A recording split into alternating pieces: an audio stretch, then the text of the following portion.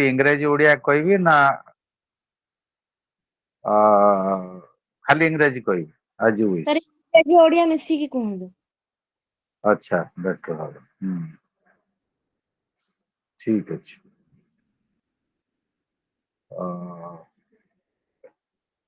First unit तुम जानी international relations theory and problems. तो डिफरेंट थ्योरी अच्छी बेले बेले जो वीडियो ऑफ कर देवी लाइट कम हो। So this is an important paper as all of you know.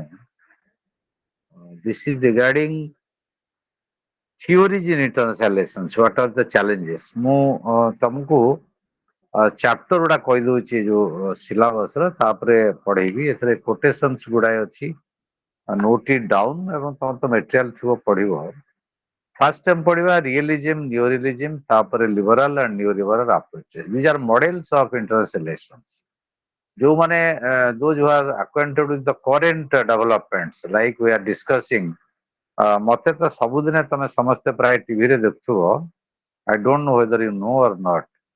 ये जो अंतर्जातिक घटना उपरे प्राय प्रतिदिन सब टीवी रे जो ट्रम्प चाइना इंडिया रशिया ये जो डिबेट डिस्कशन ये मॉडल को नहीं कि आमे करूचे रियलिस्ट मॉडल टा ठीक कि नहीं से एग्जांपल देले your understanding will be better. तमे भलो भाव रे बुझ परिबो अंडरस्टैंडिंग हबो। गोटे सेकंड फोन टा के रोड गोटे सेकंड ठीक क्लियर आछि तो साउंड और पिक्चर। आज्ञा सर। Hello Yes, sir. हाँ।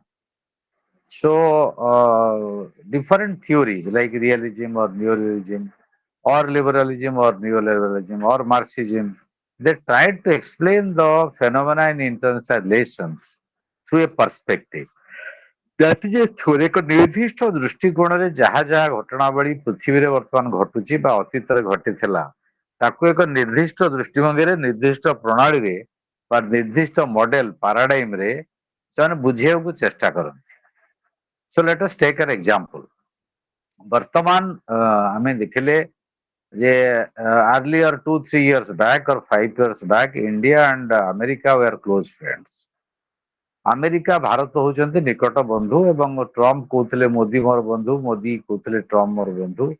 तो गोटे नैरेटिव थिला जे India and America are good friends. But last 15 days बा 20 days हम देखछंती वी आर एट लॉगहेड्स। अब दीटा राष्ट्र परस्पर विरुद्ध छेड़ा है तार कारण होची टैरिफ के नहीं। सो what is a tariff? Tariff is a tax on imported goods and items. आमदानी होता जिनस गोटे टैक्स बसैया को हम टैरिफ कहूँ। तो अमेरिका बसईदेला आम द्रव्य उपरे बर्तमान आमर लॉस हम। तेणु ये गोटे रियलिस्ट थ्योरी देखा रियलिस्ट थ्योरी कहूँ nothing personal nothing ideological only national interest is the prime factor in international relations. आंतर्जातिक क्षेत्र में व्यक्तिगत संपर्क आदर्श बा बड़ बड़ कथा यार किसी मीनिंग ना। एठी जातीय स्वार्थ ପାଇଁ ସବୁ ରାଷ୍ଟ୍ର ତାଙ୍କ ସ୍ୱାର୍ଥ ପାଇଁ କାମ କରନ୍ତି। ଯଦି ଜାତୀୟ ସ୍ୱାର୍ଥର ସଂଜ୍ଞା ଏକ୍ଜାକ୍ଟଲି ଡିଫାଇନ୍ କରିବା ଇଟ୍ସ ଡିଫିକଲ୍ଟ ବଟ୍ ସମସ୍ତେ ସେଇ ଅନୁସାରେ କାମ କରନ୍ତି ଜାତୀୟ ସ୍ୱାର୍ଥକୁ ନେଇ। ତାର ଆମେରିକା ତାର ଜାତୀୟ ସ୍ୱାର୍ଥ ଦେଖିଲା ତାର ବିଜନେସ କରିବ। ତେଣୁ ଭାରତ ଆଉ ତାର ବନ୍ଧ ହେଲାନି। ଭାରତ ଦେଖିଲା ତାର କୃଷକ ମାନଙ୍କୁ ବା ମତ୍ସ୍ୟଜୀବୀ ମାନଙ୍କୁ ବା ପଶୁପାଳକ ମାନଙ୍କୁ ମଧ୍ୟ ସେ ରକ୍ଷା କରିବ। तमे कहीं रशिया रु तेल किणुच बोली अमेरिका आमको कहला। आमे देखुंत अलग मार्केट ठारू आमे रशिया रु तेल चीप रे पाउछु तो आमे किनिबा। आमे तो अमेरिका को पचारि किनिबा नहीं। So that is the understanding of realist theory. Hans J Morgenthau ji realist theory जनक तांकर बुझामणा या जे प्रत्येक राष्ट्र बा रियलिस्ट थ्योरी बुझामणा या प्रत्येक राष्ट्र कौन करिवे निज जातीय स्वार्थ अनुसार से निष्पत्ति नेबे। सेठी व्यक्तिगत बंधुता बा इत्यादि किसी माने ना। आमे देखिले आमे पाकिस्तान आमर विरोधी। पाकिस्तान सन्त्रासवाद को प्रोत्साहित करुचे। पाकिस्तान भितर सन्त्रासवादी आड्डा अच्छी। आमे ऑपरेशन सिंदूर रे से गुडी को आक्रमण कले। America is saying it is attacking terrorism. America को जे सी सन्त्रासवाद विरोधी सन्त्रासवाद विरुद्ध लड़ुची। किंतु एपटे सी सन्त्रासवाद से प्रोत्साहन कर आसिफ मुनीर तांकर मिलिटरी हेड फील्ड मार्शल सी ताकू खोसामत कर सहित कथबार्ता कर। ये डबल स्टैंडर्ड हला अमेरिका रो so this is realist theory America एठी आउ जो आदर्श तो कमिटमेंट जे सन्त्रासवाद विरुद्ध लड़े हम ये डबल स्टैंडर्ड मेंटेन कला तो डबल स्टैंडर्ड टा विश्व राजनीति में सबु राष्ट्र मान पाखर अच्छी एटा रियलिज्म कथा तार अर्थ जो स्वार्थ व्यक्तिगत स्वार्थ बा राष्ट्रीय स्वार्थ से राष्ट्र से अनुसार कर जे आदर्श बा सन्त्रासवाद खराब जिनस ता विरुद्ध लड़वा उचित यार किसी माने दैट इज रियलिज्म आम डिटेल जीवा से परवर्ती पर्यायर रियलिज्म किसी जिनस को अटैक करके आक्रमण करके they brought some changes in realism and tried to change it. ତାକୁ ଚେଞ୍ଜ କରିବାକୁ ଚାହିଁଲେ ତାକୁ ଆମେ ନିଓରିଲିଜିମ୍ କହିଲେ What is liberalism? Liberalism believes in a good human nature. ମଣିଷ ଭଲ ରାଷ୍ଟ୍ର ଭଲ ସବୁ ସ୍ୱାର୍ଥ ପାଇଁ କାମ କରୁନାହାନ୍ତି they are working for their interest global interest or war ପାଇଁ ସମସ୍ତେ କାମ କରୁନାହାନ୍ତି ଏ କଥା ଓଲଟାଟା କହୁଛି liberalism तो ये जो रियलिज्म रो बेसिस हला human nature always seeks power always try to dominate that is the basis of behavior of states okay so this question is central to the understanding of realism okay so let us come to the topic directly first what is realism and what is neorealism how did it came so if you go to history what is realism realism ଯାହାକୁ ଆମେ ଓଡ଼ିଆରେ କହୁଛନ୍ତି ବାସ୍ତବବାଦ ବାସ୍ତବବାଦ କଣ ନା ଯୋଉଟା reality ଯୋଉଟା ବାସ୍ତବବାଦ ସେଇଟାକୁ ନେଇକି ବିଶ୍ୱ ରାଜନୀତି ଚାଲୁଛି ତାଙ୍କର କହିବାର କଥା ହେଲା ଏଇଆ ସେ ଜିନିଷଟା କଣ ଆମେ ଯଦି ଇତିହାସ ଦେଖିବା ଯୋଉଟା ଥୁସିଡାସ୍ ଇତିହାସରେ ଲେଖିଛନ୍ତି ପେଲୋପସିଆନ ୱାର ଦୀର୍ଘ ଦିନ ଚାଲିଲା 431 ଇଏରେ ଏବଂ ଯୋଉ ଆର୍ଟ ଅଫ ୱାର ବହି ଲେଖିଲେ soon Taja, don't write it. These are in books. I'm just repeating to tell them. So this is a challenge to idealism, and this emerged during the interwar periods. Interwar period टा कौन प्रथम विश्वयुद्ध द्वितीय विश्वयुद्ध मझिरे जो period T आसला तार भितरे इटा अभ्युदय हला जो theory that is called as realist theory तार जनक होचंती हांस जे मर्गेन थाओ जदि अन्य माने अछंती डिटेल मर्गेन थाओ एटा को लिखचंती सेकंड वर्ल्ड वॉर परे एवं इटा आसिला तार बेसिस कोन number 1 is human nature always seeks power always seeks to dominate these others so that is innate that is inherent human nature यांकर कहवार कथा रियलिस्ट मानकर जे मनीषर प्रकृति होउची क्षमता पछर गोड़ेबा क्षमता चाहिबा एवं क्षमता हेले अन्य मानकु डोमिनेट करिबा अन्य मानक ऊपर प्राधान्य विस्तार करिबा जेहेतु राष्ट्र मनीष मानकु नै गठित राष्ट्रर प्रकृति मध्ये सेया so like human beings state also always want to dominate other state to seek power to enhance power to capture power Manish भाया राष्ट्र माने चाहती क्षमता बढ़ू सी अन्य राष्ट्र मान प्राधान्य विस्तार करंतु अन्य राष्ट्र मान डोमिनेट करंतु अन्य राष्ट्र पावर टाक एक्सरसाइज करंतु तो से माने जातीय स्वार्थ द्वारा प्रेरित so national interest is the central factor in realist theory but the understanding of realist theory is on the basis of the nature of human being so as human being always wants power so states always wants to power and this is assumed in international relations there is a anarchical condition ଗୋଟେ ଅରାଜକତା ଅଛି ବିଶ୍ୱରେ ଯାହା ଫଳରେ ସମସ୍ତେ there is a fear of war there is a fear of others dominating the other countries ଯେ ମୁଁ ଗୋଟେ ରାଷ୍ଟ୍ର ଭାରତ ଗୋଟେ ରାଷ୍ଟ୍ର ଭାରତର ସବୁବେଳେ ଭୟ ରହିବ ରିୟଲିଷ୍ଟ ଅନ୍ୟ କେହି ଆକ୍ରମଣ କରିପାରେ ତେଣୁ ମତେ ଶକ୍ତି ବଢେଇବାକୁ ପଡିବ ସାମରିକ ଶକ୍ତି ବଢେଇବାକୁ ପଡିବ ସବୁ ପ୍ରକାର ଶକ୍ତି ବଢେଇବାକୁ ପଡିବ economic power both hard power and soft power ଜାଣିଛ କହିପାରିବ କିଏ can you tell me what is soft power hard power ଆମେ ଜାଣିଛନ୍ତି ଆମର military power ଟା ହେଲା hard power so what is soft power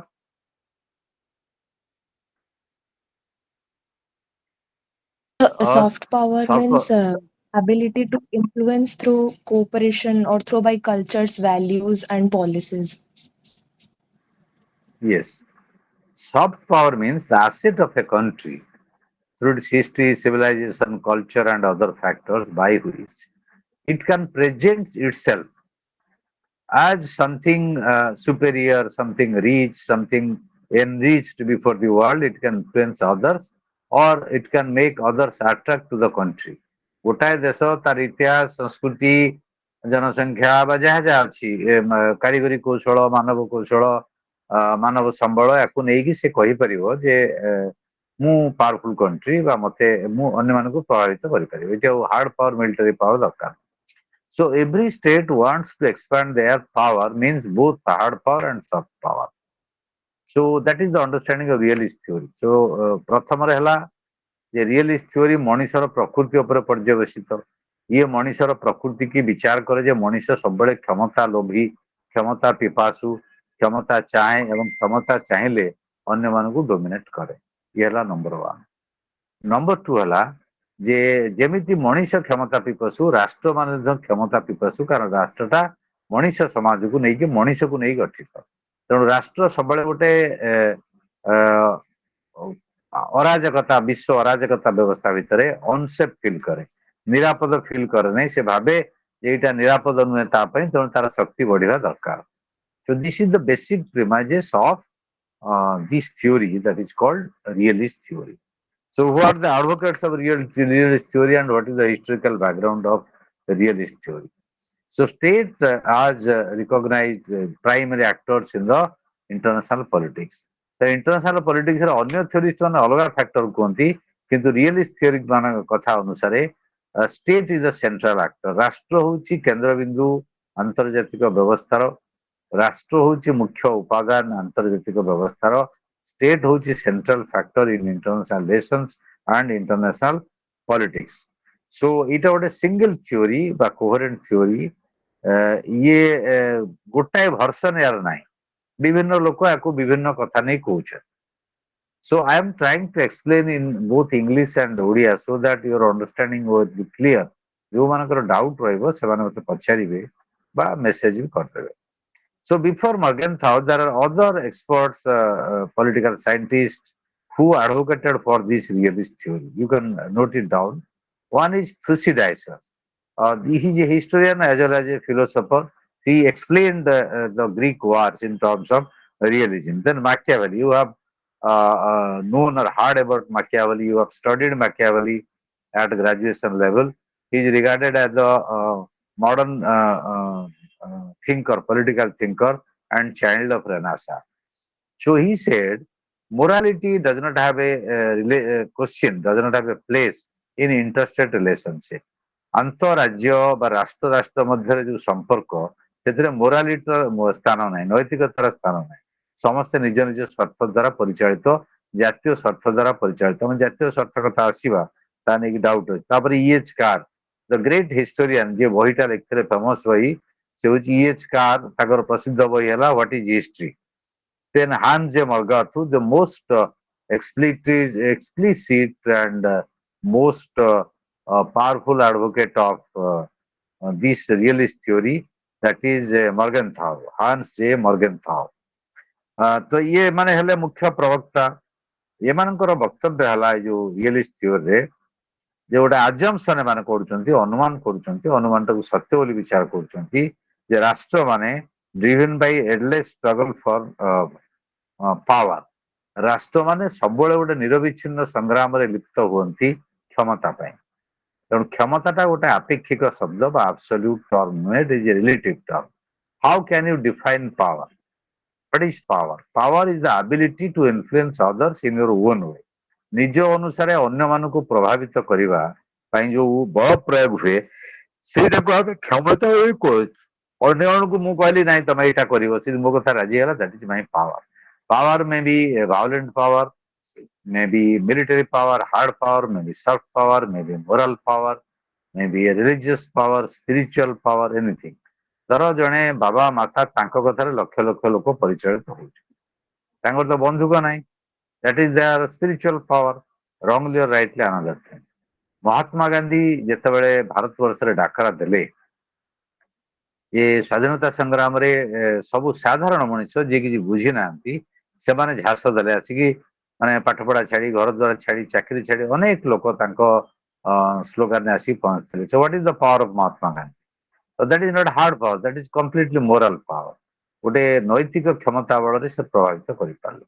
So what I want to say, there are different dimensions to power. କ୍ଷମତାର ବିଭିନ୍ନ ଦିଗ ଗୁଡ଼ିଏ ଅଛି, ମୋରାଲ ଦିଗ ଅଛି, ନୈତିକ ଦିଗ ଅଛି, ସାମାଜିକ ଦିଗ ଅଛି, ଅର୍ଥନୈତିକ ଦିଗ ଅଛି। ଯିଏ ଗାଁରେ ଧନୀ ତା କଥା ଲୋକ ମାନୁଛନ୍ତି, that is his financial or economic power. So likewise, state has a power to influence other, and that is largely hard power. Soft power ହଁ ଆମର ବି କେହି ହୁଏତ ଗ୍ରହଣ ନ କରିପାରନ୍ତି, କିନ୍ତୁ ତମର ଯଦି ପରମାଣୁ ବୋମା ଅଛି, ଯଦି ପାଲେଷ୍ଟାଇନର ପରମାଣୁ ବୋମା ଥାନ୍ତା ଇସ୍ରାଏଲ ଆକ୍ରମଣ କରିକି ହତ୍ୟା କରିପାରନ୍ତା ନାହିଁ, ହଜାର ହଜାର ଲୋକଙ୍କୁ ମାରିଦେଇ ପାରନ୍ତା ନାହିଁ। So that is hard power, that is military power. Because Palestine is militarily powerful, that's why it is dominating Palestine. So what realist theory is saying, it is natural, এটা স্বাভাবিক। ତମେ ନୈତିକତା ଦୃଷ୍ଟିରୁ ଇସ୍ରାଏଲକୁ ଗାଳି ଦେଲେ ବା ପାଲେଷ୍ଟାଇନ କାହିଁ ପରମାଣୁ ବୋମା କଲା ନାହିଁ ଗାଳି ଦେଲେ, ୟାର କିଛି ମିନିଂ ନାହିଁ। ଇଣ୍ଟରନ୍ୟାସନାଲ ଷ୍ଟେଟ ସିଷ୍ଟମରେ ସବୁ ରାଷ୍ଟ୍ର ଅନ୍ୟମାନଙ୍କୁ ଡୋମିନେଟ କରିବେ, ଏଇ ଆଜମ୍ପସନରୁ ଯେ ଯେହେତୁ କ୍ଷମତା ଅନ୍ୟମାନଙ୍କର ହେଇଯିବ, ଯୋଉଟା ମୁଁ କହିଲି ଆବସଲ୍ୟୁଟ ନୁହେଁ, ଆପେକ୍ଷିକ, କେମିତି ମେଜର କରିବ କ୍ଷମତାକୁ, ସେଉଠୁ ମୁଁ ଛାଡ଼ିଥିଲି, ସେଠିକି ଆଜ୍ଞା ଆସୁଛି। How to measure, how to determine what is power, what extend power, ମୋର କେତେ କ୍ଷମତା ଅଛି ଅନ୍ୟମାନେ କେମିତି ଜାଣିବେ। ତ ଦ୍ୟାର ମଷ୍ଟ ଏ କମ୍ପାରିଜନ। କମ୍ପାରିଜନ କାହା ସହିତ ହବ? ଅନ୍ୟ ତୁଳନାରେ ତମର କ୍ଷମତାଶାଳୀ କି ନୁହେଁ ଜାଣିପାରିବ। ଯେ ଦି ଜଣ ଲଢେଇ କରୁଛନ୍ତି, ଜଣେ ଜଣକୁ ପରାସ୍ତ କରିଦଉଛି, ମାନେ ଠେଲିକି ତଳେ ପକେଇ ଦଉଛି, ଯେମିତି ଆମେ ରିଲରେ ଦେଖୁଛନ୍ତି, ଯୋଉ ରିଙ୍ଗ ଦେଖୁଛନ୍ତି କୁସ୍ତି ଯୋଦ୍ଧା ମାନେ ବା WWW ଯୋଉ ତମେ ଦେଖୁଛ, ସେଥିରେ କଣ ହଉଛି, ଜଣେ ଜଣଙ୍କୁ ପରାସ୍ତ କରି ତଳେ ପକେଇ ଦେଲା ବେଳକୁ ସେ ଡିକ୍ଲାର କରୁଛି ୱିନ୍ କରିବା। ତ ତମେ କହୁଛ ସେ ପାୱାରଫୁଲ। ସୋ ତମେ ପାକିସ୍ତାନ ସହିତ ତୁଳନା କଲା ବେଳକୁ ଇଣ୍ଡିଆ କହୁଛି ମୁଁ ପାୱାରଫୁଲ। କାହିଁକି କହୁଛି ନା ତା ପାଖରେ ଅଧିକ ଅସ୍ତ୍ରଶସ୍ତ୍ର ଅଛି, କିନ୍ତୁ ପରମାଣୁ ଅସ୍ତ୍ର ଦେଖିଲା ବେଳକୁ କେହି ପାୱାରଫୁଲ ନୁହନ୍ତି, ଉଭୟ ସମାନ। ୟାର ନ୍ୟୁକ୍ଲିୟର ହେଡ୍ ଅଧିକା ଥାଇପାରେ ଇଣ୍ଡିଆର, ପାକିସ୍ତାନର କମ ଥାଇପାରେ, କିନ୍ତୁ ନ୍ୟୁକ୍ଲିୟର ପାରିଟି ଯୋଉ, ମାନେ ନ୍ୟୁକ୍ଲିୟର ବମ୍ବ ବ୍ୟବହାର ହେଲେ ସମସ୍ତେ ମରିବେ। So that is relative power, power is always relative. ଏଇ ଯୋଉ ଆଜମ୍ପସନ ସେମାନେ ନେଉଛନ୍ତି, ତେଣୁ ୟାର ଅଲ୍ଟିମେଟ ଟେଷ୍ଟ ହେଲା ଯେ ଅନ୍ୟମାନଙ୍କୁ ରାଜି କରେଇକି, ପ୍ରଭାବିତ କରିକି, ବଳ ପ୍ରୟୋଗ କରିକି ହଉ ଯୋଉ ବାଟରେ ହଉ, ତାଙ୍କୁ ତାଙ୍କ କଥା ରାଜି କରିବା। That is the natural obvious and that is the understanding of reality. ତ ସେକେଣ୍ଡ ୱାର୍ଲଡ ୱାର ପରେ ଗୁଡାଏ ଲୋକ ଆସିଲେ ଯୋଉମାନେ ଗୋଟେ ପେସିମିଷ୍ଟ ଭ୍ୟୁ ନେଲେ, ନୈରାଶ୍ୟବାଦୀ ବିଚାର ନେଲେ, ନେଗେଟିଭ ଭ୍ୟୁ ନେଲେ, ସୋସାଇଟି ଖରାପ, ହ୍ୟୁମାନ ନେଚର ଖରାପ, ରାଷ୍ଟ୍ର ମାନେ ଖରାପ, ସମସ୍ତେ କ୍ଷମତା ପଛରେ ଗୋଡେଇବେ। That is the reality. ତମେ ଶୁଖିଲା ଭାଷଣ ଦେଲେ କିଛି ହବ ନାହିଁ, ତମର ଅସ୍ତ୍ର ଶସ୍ତ୍ର ଦରକାର, ପରମାଣୁ ଅସ୍ତ୍ର ଦରକାର। ଯେମିତି ଇରାନ ପରମାଣୁ ଅସ୍ତ୍ର କରୁଛି, ଆମେରିକା ଇସ୍ରାଏଲ ଯାଇ ଆକ୍ରମଣ କଲେ ସେଠି। କାହିଁ ଆକ୍ରମଣ କଲେ? ଇରାନ ଯଦି ପରମାଣୁ ଅସ୍ତ୍ର କ୍ଷମତାଶାଳୀ ହେଇଯିବ, ତାହେଲେ ଇସ୍ରାଏଲ ଆଟାକ କରିପାରିବ ନାହିଁ, କାରଣ ପରମାଣୁ ବୋମାରେ କାଉଣ୍ଟର ଆଟାକ କରିଦବ Iran. Show that's Y America Israel ମିଶିକି ତାକୁ ଅଟକେଇଲେ, ବମିଂ କଲେ, ଫାୟାରିଂ କଲେ, ସିଏ ବି ଜୋରଦାର ଆଟାକ କଲା ଏବଂ ବାଧ୍ୟ ହେଇକି ଉଭୟ କମ୍ପ୍ରମାଇଜ ପୋଜିସନକୁ ଆସିଲେ। So that is realism. Realism means Iran is trying to have a nuclear weapon. ସେ ଦେଖୁଛି ମୋର ପରମାଣୁ ବୋମା ନହେଲେ ମତେ ଇସ୍ରାଏଲ ସବୁବେଳେ ଡୋମିନେଟ କରିବ, ସେଥିପାଇଁ ସେ ପରମାଣୁ ବୋମା ଚାହୁଁଛି ଏବଂ ଏ ଯୁଦ୍ଧ ହେଲା ତାକୁ କରିଦେବ ସେମାନେ ଚାହୁଁଛନ୍ତି। That is struggle for power. ତେଣୁ ତାର ଅଛି ମୋର ନାହିଁ, ମୋର ଅଛି ତାର ନାହିଁ। ପରବର୍ତ୍ତୀ ପର୍ଯ୍ୟାୟରେ ଆସିଲେ କିଏ? ରେନୋଲ୍ଡ ନେବର, ନିକୋଲାସ ସ୍ପାଇକମ୍ୟାନ, ହାନ୍ସ ମର୍ଗାଥୁ, ଏମାନେ ଡେଭଲପ କରେଇଲେ ଏଇ ଥିଓରିଟାକୁ। So drive for power and the will to dominate is treated as fundamental traits of human nature. ତ ଏମାନେ ମଣିଷର ପ୍ରକୃତିଟାକୁ କହିଲେ ଯେ କ୍ଷମତା ପାଇଁ ଲାଳାୟିତ ହବା, କ୍ଷମତା ଆହରଣ କରିବା, କ୍ଷମତା ଦଖଲ କରିବା ଏବଂ ତାକୁ ବ୍ୟବହାର କରିବା ଅନ୍ୟମାନଙ୍କୁ ଡୋମିନେଟ କରିବା ପାଇଁ, ପ୍ରାଧାନ୍ୟ ବିସ୍ତାର କରିବା ପାଇଁ। This is the innate logic, original logic position of realist theory. Realist theory ବୁଝିହେଲା? realist theory ଟା ବେସିକ ହେଲା power politics, everybody is after power. ବ୍ୟକ୍ତି ହଉ, ରାଷ୍ଟ୍ର ହଉ, ସମସ୍ତେ କ୍ଷମତା ପଛରେ ଅଛନ୍ତି। ଅଲଗା ଯେତେ ପ୍ରବଚନ ଦେଲେ ବା ଭଲ କଥା କହିଲେ ତାର କିଛି ମିନିଂ ନାହିଁ। ଇଣ୍ଟରନ୍ୟାସନାଲ ଲ ରେ ଅଛି କେହି କାହାକୁ ଡୋମିନେଟ କରିବେ ନାହିଁ, ପରମାଣୁ ଅସ୍ତ୍ର କରିବେ ନାହିଁ, କିନ୍ତୁ ତାକୁ କେହି ମାନୁନାହାନ୍ତି। ଇଏ ହେଲା ରିଏଲିଜିମର କଥା। ଆମେ ଫିଚର୍ସ ଦେଖିବା। ବର୍ତ୍ତମାନ ନିଉ ରିଲିଜିମ କାହାକୁ କୁହାଯାଉଛି? କଣ୍ଟେମ୍ପୋରାରୀ। ଗୋଟେ ସେକେଣ୍ଡ। ନିଉ ରିଲିଜିମର ଅର୍ଥ ହେଲା ନବ୍ୟ, ଏଇଟା ରିଏଲିଜିମର ଓଡିଆଟା କଣ? ରିଏଲିଜିମ, ରିଏଲିଷ୍ଟ ଥିଓରି, ବାସ୍ତବବାଦ ତତ୍ତ୍ୱ, ନବ୍ୟ ବାସ୍ତବବାଦ, ନୂଆ ବାସ୍ତବବାଦ ଯୋଉଟା କହୁଛନ୍ତି, ସିଏ କହୁଛନ୍ତି ଯେ there is a structure in global system. Global system is a structure. ଯେମିତି ଆମ ଘରେ ଗୋଟେ ଷ୍ଟ୍ରକ୍ଚର ଅଛି, ଛାତ ଅଛି ପିଲର ଅଛି ଆମେ ତ ବଦଳେଇ ପାରିବା ନାହିଁ ଆମେ ଭିତରେ ଇଣ୍ଟେରିୟର ଡେକୋରେସନ ରୁମ ର ସାଇଜ ଏପଟ ସେପଟ କରିଦେଇ ପାରିବା କିନ୍ତୁ ଛାତ ଢଳେଇ ପିଲର ୟାକୁ ବଦଳେଇ ପାରିବା ନାହିଁ that is the structure so the behaviour of a state depends on the global structure, global political structure, global economic structure. Let us take a recent example. Trump has imposed 50% tariff or tax on India. ଭାରତରୁ ଯୋଉ ଦ୍ରବ୍ୟ ରପ୍ତାନୀ ହଉଛି America କଣ ଦ୍ରବ୍ୟ ଉତ୍ପାଦନ ହଉଛି automobile sector part ସବୁ କାର ଆମର ଆଇଫୋନ ଟା ତିଆରି ହଉଛି ଭାରତରେ ଆସେମ୍ବଲ ହଉଛି ତିଆରି ହଉଛି ମାନେ ତା ପାର୍ଟସ ଗୁଡା ଆସେମ୍ବଲ ହଉଛି ଆମେରିକାରେ ଯେ ବିକ୍ରି ହଉଛି ଟ୍ରମ୍ପ ମନା କରୁଛନ୍ତି ସେଭଳି ଜୁଏଲାରୀ ଗହଣା ଯାଉଛି ହୀରା ମେଡିସିନ ପାର୍ଟସ ଯାଉଛି ଅନ୍ୟାନ୍ୟ ଜିନିଷ ଯାଉଛି ଆମେ ମଧ୍ୟ ଆମଦାନୀ କରୁଛୁ Harley Davidson motorcycle Harley Davidson motorcycle ଉପରେ 100% ଟ୍ୟାକ୍ସ ବସିଛି ଏବେ କମିକି ବଜେଟରେ 90% ହେଲା ବହୁତ ଦାମ ସେଟା ଏଠି ପଚାରି ପାର ଯେ ସାର୍ ସିଏ ଯଦି ଆମେରିକା ପଠେଇଲା ଯାହାର ପଇସା ଅଛି ଇଣ୍ଡିଆରେ କିଣିବ ଅସୁବିଧା କଣ ହେଲା no there is a problem now the high rich people can afford to buy Harley Davidson Harley Davidson American motorcycle ଟାକୁ ଭାରତର ଧନୀ ଧନୀ ପରିବାରର ପିଲା ଧନୀ ମାନେ ଏଇ ଯୋଉ ଅଳ୍ପ ସ୍ୱଳ୍ପ ଧନୀ ନୁହେଁ ବହୁତ ଧନୀ ଯେ ଅପର ମିଡଲ କ୍ଲାସ ସିଏ କିଣିପାରିବେ କାରଣ ତାର ଦାମ ବହୁତ ଏବଂ ଇଣ୍ଡିଆ ଟ୍ୟାକ୍ସ ବସେଇଛି ଆହୁରି ଦାମ ଇଣ୍ଡିଆର ବହୁତ ରିଜନ ଇଜ ତାକୁ ଯଦି ଶସ୍ତା କରିଦିଆଯିବ ଟିକସ କମେଇ ଦିଆଯିବ ବହୁତ ଲୋକ କିଣିବେ ସେମାନେ ଆଉ ହିରୋ ହଣ୍ଡା କିଣିବେନି ଇଣ୍ଡିଆନ ବୁଲେଟ କିଣିବେନି ବା ଅଲଗା ଭାରତୀୟ ମୋଟରସାଇକେଲ କିଣିବେନି ନ କିଣିଲେ କଣ ହବ ପଚାରିପାର ଯେ what will happen if they will not buy that is their business ସେମାନେ ତାଙ୍କ କଥା ବୁଝିବେ ଆମର କଣ ଅଛି ନୋ ଗୋଟେ ଫ୍ୟାକ୍ଟ୍ରିରେ ରୟାଲ ଏନଫିଲ୍ଡ ବୁଲେଟ ତିଆରି ହଉଛି ଗୋଟେ ଫ୍ୟାକ୍ଟ୍ରିରେ ହିରୋ ହଣ୍ଡା ତିଆରି ହଉଛି ସେଠି କର୍ମଚାରୀ ଶ୍ରମିକ ମାନେ କାମ କରୁଛନ୍ତି ଯଦି ହାର୍ଲେ ଡାଭିଡସନ ମୋଟରସାଇକେଲ ଭାରତ ଟିକସ କମାଇଦେଲା ଏଠି ବେଶୀ ବିକ୍ରି ହେଲା ଇଏ କମ୍ପାନୀ ଗୁଡା ବନ୍ଦ ହେଇଯିବ ବା ଗୋଟେ ସ୍ଥାଣୁ ଅବସ୍ଥାକୁ ଆସିଯିବ ଲୋକ ଚାକିରି ହରେଇବେ that is the major point of conflict between India and America so what is neorealism here this is a global structure a structure a economic relationship re India America bhitere they are keeping their interest that means the behavior of India to impose higher tariff on Harley Davidson and not listening to the American request is because of the global structure ଯାହା ହେଇଛି ବାଣିଜ୍ୟିକ କାରବାର ହଉଛି ଆମେ ଆମର ଶ୍ରମିକ ମାନଙ୍କର ବା ଶିଳ୍ପପତି ମାନଙ୍କର ସ୍ୱାର୍ଥ ରକ୍ଷା କରିବୁ ଆମେରିକା କଥାରେ ଆମେ ଯଦି ଆମେରିକା ଜିନିଷ ଆଣିକି ଏଠି ଶସ୍ତା କରିଦେଲୁ ତାହେଲେ ଆମ ଲୋକ ଚାକିରି ହରେଇବେ ସେଥିପାଇଁ ସେ କହୁଛନ୍ତି the behaviour of state depends on the structure political structure global structure ବିଶ୍ୱବ୍ୟାପୀ ଯୋଉ ଷ୍ଟ୍ରକ୍ଚର ଅଛି ଗଠନ ଅଛି ବ୍ୟବସ୍ଥା ଅଛି ଏଇଟା ହେଲା ରାଷ୍ଟ୍ର ବ୍ୟବହାର ବା ରାଷ୍ଟ୍ରମାନେ ଯାହା ରିଆକ୍ଟ କରୁଛନ୍ତି ନୀତି ଗ୍ରହଣ କରୁଛନ୍ତି ତା ଉପରେ ନିର୍ଭରଶୀଳ this is the number one point in new liberal theory or new liberal understanding of international politics second ଆସିଲା କଣ ଯେହେତୁ ଗୋଟେ ଇଣ୍ଟରନ୍ୟାସନାଲ ସିଷ୍ଟମରେ ଆନାର୍କି ଅଛି ଅରାଜକତା ଅଛି ସେତେବେଳେ କଣ ଦରକାର ନା ଗୋଟେ ଓଭର ଆର୍ଚିଂ ସେଣ୍ଟ୍ରାଲ ଅଥରିଟି ନାହିଁ ବିଶ୍ୱରେ କେହି କାହାକୁ ମାନିବା ଅବସ୍ଥାରେ ନାହିଁ ଜାତିସଂଘ କେହି ମାନୁନାହାନ୍ତି କଣ ହେଲା ଇସ୍ରାଏଲ ଆଉ ପାଲେଷ୍ଟାଇନ ଯୁଦ୍ଧରେ till now more than 60,000 people have been killed by Israel and 90% of them are women and children and common people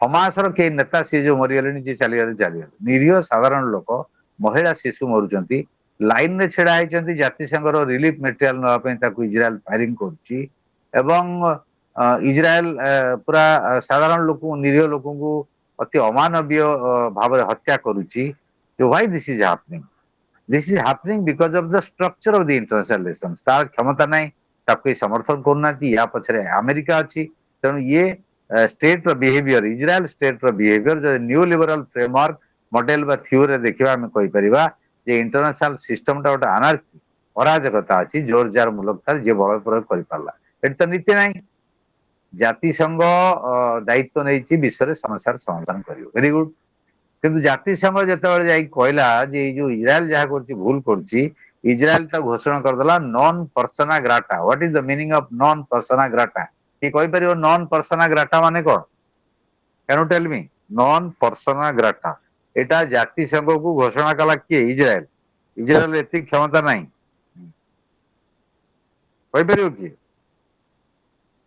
hello non persona grata ମାନେ ତମେ କେହି ନୁହେଁ ୟୁ ଆର୍ नो बडी ତାର ତ ଜାତିସଂଘ କେହି ନୁହେଁ ଜାତିସଂଘର ଅସ୍ତିତ୍ୱକୁ ଇସ୍ରାଏଲ ଅସ୍ୱୀକାର କରିଦେଲା ଡିକ୍ଲାର କରିକି ଇସ୍ରାଏଲ ପାଲେଷ୍ଟାଇନ ଯୁଦ୍ଧରେ ଯେତେବେଳେ ଜାତିସଂଘ ନିନ୍ଦା କଲା सेकंड कौन हला से रिलीफ पठेले who United Nation sent trucks of relief to Egypt border अटके दिगला ये छाड़ा नहीं इजराइल आज पर्यटन छाड़ू ना मनीष इतिहास गोटे बुभुक्ष मनीष विकल आर्तनाद चित्कार करके शिशु महिला माने लाइन होकर अपेक्षा कर रुटी टिके खाइबे पानी टिके पीबे मेडिसिन ना डाक्तर ना डाक्तर को भी गिरफ्त कर देछि so what is happening where is morality आंतर्जातिक राजनीति मोरालिटी कहीं नैतिकता कहीं मानविकता कहीं नथिंग so neorealist theory कौची realist theory कौची there is nothing called morality or humanism in international politics this is simply state power ତେଣୁ ଇଏ ଡୋମିନେଟ କରିକି ପାଲେଷ୍ଟାଇନ ପଟଡକୁ ନେଇଯିବ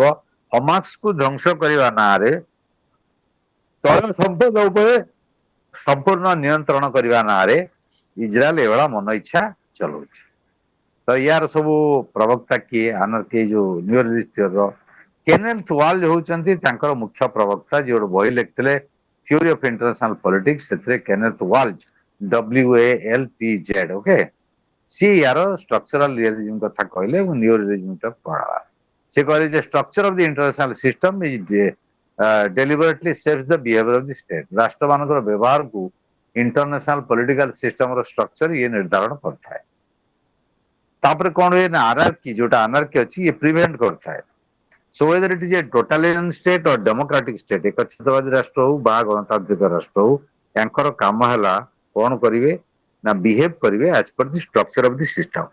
So we have a global structure. Global structure is divided into two parts, north and south.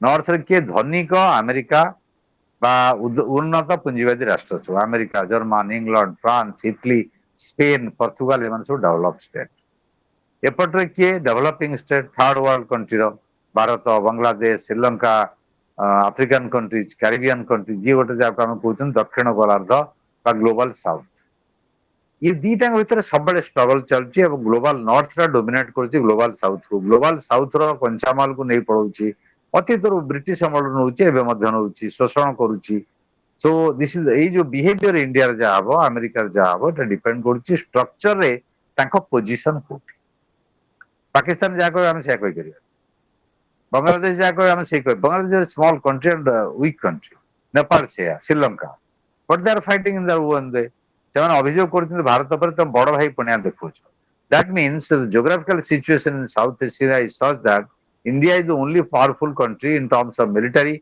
In terms of man power in terms of technology in terms of economy so these are the factors areas domains where India dominates in South Asia. Only China counters India in terms of these strengths. Otherwise, other countries like Bangladesh, Bhutan, Sri Lanka, Pakistan, all these countries cannot compete with India. So India is behaving as a big brother in South Asia. दक्षिण Asia रे India गोटे बड़ भाई पणिया देखौछ बोले अभियोग करता तो new release theory हला या एमाने सेही कथा कहउचंती एवं डेमोक्रेसी हो बा डिक्टेटरशिप हो बा भल नेता हुए यार किसी माने हुए तो केनेथ वाल जोटा कहूँ स्ट्रक्चरल रियलिज्म जोटा आम न्यू रियलिज्म कहते सी गोटे न्यू रियलिज्म भर्सन जोसे ग्रीको अच्छा रेमंड आरोन अच्छा स्टानले हफमैन अच्छा रोबर्ट गिल्पिन अच्छा न्यू रियलिज्म थ्योरी प्रवक्ता सब ओके तो बर्तमान आब्सोल्यूट किसी ना ये जो कंट्राक्ट रिलेटिव ये आम आम क्षमता के से भाया विचार आउ कौन मैंने कहले ये है रियलिज्म न्यू रियलिज्म आउ से न्यू रियलिज्म दीटा स्कूल अच्छे थर्ड वर्सन जोटा कहते गोटे है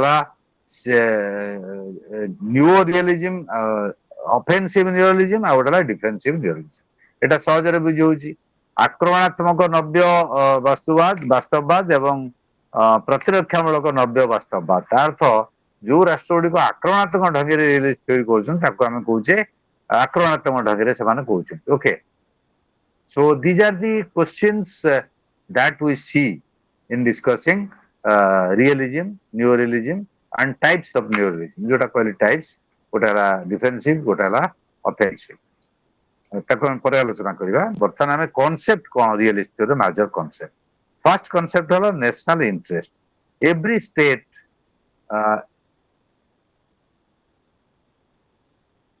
गोटे सेकंड गोटे call us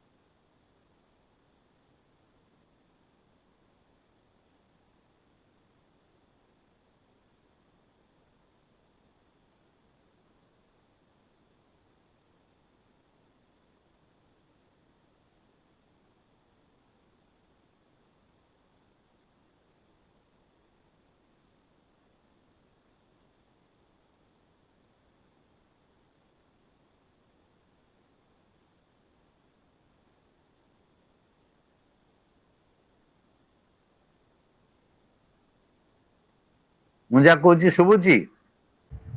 Yes, sir. Hello. I sir. Ask ଯୋଉଟା କଲ୍ ଆସିଲା ମୁଁ ତାକୁ ଉଠେଇଦେଲି, ସେଥିରେ କଣ କଟିଯିବ? No, sir. ହଁ କଟିଗଲା ପୁରା Google Meet. Anyway, so national interest is central to understanding for the understanding of realist theory. ଯଦି ଆମେ ରିୟଲିଷ୍ଟ ଥିଓରି ବୁଝିବା ତାହେଲେ ତାର ପ୍ରାଥମିକ କନସେପ୍ଟ ହେଲା, ମୌଳିକ କନସେପ୍ଟ ହେଲା national interest. What is interest? ମୋର ଇଣ୍ଟରେଷ୍ଟ ଅଛି ମୁଁ ପଢିବି, କାହାର ଇଣ୍ଟରେଷ୍ଟ ଅଛି ସିନେମା ଦେଖିବ, ଏଇଟା ସେଇ ଇଣ୍ଟରେଷ୍ଟ ନୁହଁ। It is nothing personal interest. National interest means the interest of a nation, of a country. So how do you define national interest? ଭାରତର ସ୍ୱାର୍ଥ କଣ? କିଏ ଡିସାଇଡ କରିବ? କିଏ ଡିଫାଇନ୍ କରିବ? ଧର ଯଦି ସରକାର କହିବେ ଏଇଟା ଭାରତର ସ୍ୱାର୍ଥ, ବିରୋଧୀ ଦଳ କହିବେ ନା ଏଇଟା ସ୍ୱାର୍ଥ ନୁହେଁ। So how will define? So there is a very thin line between the interest of a state and a nation, the interest of the ruling class. ଯୋଉମାନେ ଶାସକ ଶ୍ରେଣୀ ସେମାନେ ତାଙ୍କର ସ୍ୱାର୍ଥକୁ ଜାତୀୟ ସ୍ୱାର୍ଥ ବୋଲି ବହୁ ସମୟରେ କହିକି ଅପବ୍ୟବହାର କରନ୍ତି। ତେଣୁ ଆମେ ଆମର ଅର୍ଥନୀତିକୁ ସଜାଡ଼ିବା, ସୁରକ୍ଷିତ କରିବା, ଅସ୍ତ୍ରଶସ୍ତ୍ର ଯୋଗାଡ଼ କରିବା, ଦ୍ୟାଟ୍ ଇଜ ନ୍ୟାସନାଲ ଇଣ୍ଟରେଷ୍ଟ। କିନ୍ତୁ ଯୋଉମାନେ ଶାସନ କରୁଛନ୍ତି ସେମାନେ ଯଦି କହିବେ ଏଇଟା national interest, take the example of Hitler. Hitler ଯେତେବେଳେ ଅଲଗା ଦେଶ ଗୁଡ଼ିକୁ ଆକ୍ରମଣ କଲେ, ଆରିଆନ ରେସ୍ ର ପ୍ୟୁରିଟି କଥା କହିଲେ, ଆର୍ଯ୍ୟ ଜାତିର ପ୍ୟୁରିଟି, ଆର୍ଯ୍ୟ ଜାତି ଗୋଟେ ସବୁଠାରୁ ବଡ ଜାତି ଏବଂ ସେ ପୃଥିବୀରେ ଶାସନ କରିବ, ଦଖଲ କରିବ, ଏଇଟା ତାର ନୈତିକ ଅଧିକାର। ଏଇଥିପାଇଁ ଦ୍ୱିତୀୟ ବିଶ୍ୱଯୁଦ୍ଧ ହେଲା। So what Hitler did, Hitler justified his imperialist policy in the name of national interest. ତ ଏଇଠି ନ୍ୟାସନାଲ ଇଣ୍ଟରେଷ୍ଟର ଡେଞ୍ଜର ଅଛି। ପ୍ରତ୍ୟେକ ରାଷ୍ଟ୍ର ଗୋଟେ ଦେଶର ସ୍ୱାର୍ଥ ପାଇଁ କାମ କରିବା, ଦେଶର ସ୍ୱାର୍ଥକୁ ଆଗକୁ ନବା, ବଢେଇବା, ନଥିଙ୍ଗ ରଙ୍ଗ ଇନ୍ ଦ୍ୟାଟ୍। ଏଥିରେ କିଛି ଅସ୍ୱାଭାବିକତା ବା ଖରାପ ଜିନିଷ ନାହିଁ। ସବୁ ରାଷ୍ଟ୍ର ଚାହିଁବେ ତାଙ୍କ ତାଙ୍କ କଥା କରିବା ପାଇଁ। But when a ruling class or elite class, ଯୋଉମାନେ ଶାସନ କରୁଛନ୍ତି ବା ଶାସକ ବର୍ଗ ଭିତରେ ଅଛନ୍ତି, ସେମାନେ ଯଦି ତାଙ୍କ ଗୋଷ୍ଠୀର ସ୍ୱାର୍ଥକୁ କହିବେ ଏଇଟା ହେଲା ଜାତୀୟ ସ୍ୱାର୍ଥ, then there is a danger. What Hitler did, ଯୋଉଟା ହିଟଲର କଲେ ସେଇଟା ହଉଛି ବଡ ବିପଦ। ଏଇ ଯୋଉ ନ୍ୟାସନାଲ ଇଣ୍ଟରେଷ୍ଟ, ନ୍ୟାସନାଲ ଇଣ୍ଟରେଷ୍ଟଟା ଗୋଟେ କନଷ୍ଟାଣ୍ଟ ନୁହେଁ। ଗତକାଲି ଆମର ନ୍ୟାସନାଲ ଇଣ୍ଟରେଷ୍ଟ ଯାହା ଥିଲା, ବର୍ତ୍ତମାନ ନ୍ୟାସନାଲ ଇଣ୍ଟରେଷ୍ଟ ସେଇଆ ନାହିଁ। କେମିତି? ଲେଟ୍ ଅସ୍ ଟେକ୍ ଏକ୍ସାମ୍ପଲ, ଉଦାହରଣ ଦେଲେ ଆହୁରି ବେଟର ବୁଝିପାରିବ।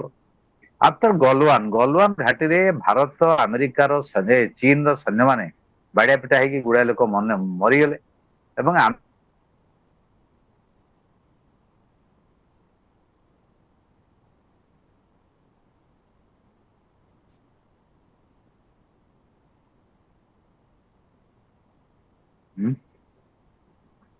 ବାରମ୍ବାର କଟି ଯାଉଛି କାହିଁକି? What happened? Sir network problem ରହୁଛି। ଲେଫ୍ଟ ହେଇଯାଉଛ ଛୁଆ ସବୁ, ତମେ କୁଆଡେ ପୁଣି ଜଏନ୍ କରିଯାଉଛ, କଣ ପ୍ରୋବ୍ଲେମ ହଉଛି? ଏନିୱେ, ସୋ ନ୍ୟାସନାଲ ଇଣ୍ଟରେଷ୍ଟ ଗୋଟେ କନଫ୍ୟୁଜିଂ ଏବଂ ନ୍ୟାସନାଲ ଇଣ୍ଟରେଷ୍ଟ ସବୁବେଳେ ଇଟ୍ is dynamic, eat is not constant. କେମିତି? ଧର ଆମେ ଗଲୱାନ ଘାଟି ପଳରେ ଆମେ କହିଲେ ବୟକଟ୍ ଚାଇନା, ଚାଇନାର ସବୁ ଆପ୍ ଫାପ୍ ଡିଲିଟ୍ କରିଦେଲେ। ସେଟା କଣ ରିଲ୍ କରୁଥିଲେ ଚାଇନିଜ ଆପଟା, ଯୋଉଟା ଆମେ ବ୍ୟାନ୍ କରିଦେଇଛନ୍ତି, TikTok, sir. ଟିକଟକ୍। ତ ଟିକଟକ୍ ଟା ବ୍ୟାନ୍ କରିଦେଲେ, ଏସବୁ ଚାଲିଲା। Now our Prime Minister Modi met Chinese President. Video mute କରିଦେବି? କିଏ ଲେଖୁଛ ତମେ? ଭିଡିଓଟା ମ୍ୟୁଟ୍ କରି ବନ୍ଦ କରିଦେବି ନା କଣ? ଦେଖିବା ଚାଲୁ, ଯେତେବେଳେ ଭିଡିଓ ବନ୍ଦ ହେଇଯିବ ମୁଁ କାଲି ସେଇଟା କହିବି ଆଉ। ସୋ ଆମେ ବର୍ତ୍ତମାନ ଗଲୱାନ ଘାଟି ପରେ ପୁଣି କୈଳାସ ମାନସରୋବର ଯାତ୍ରା ହେଲା।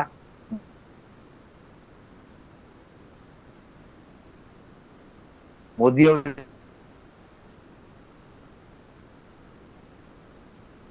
ଜିନପିଙ୍ଗ ସମ୍ପର୍କ ହଉଛି।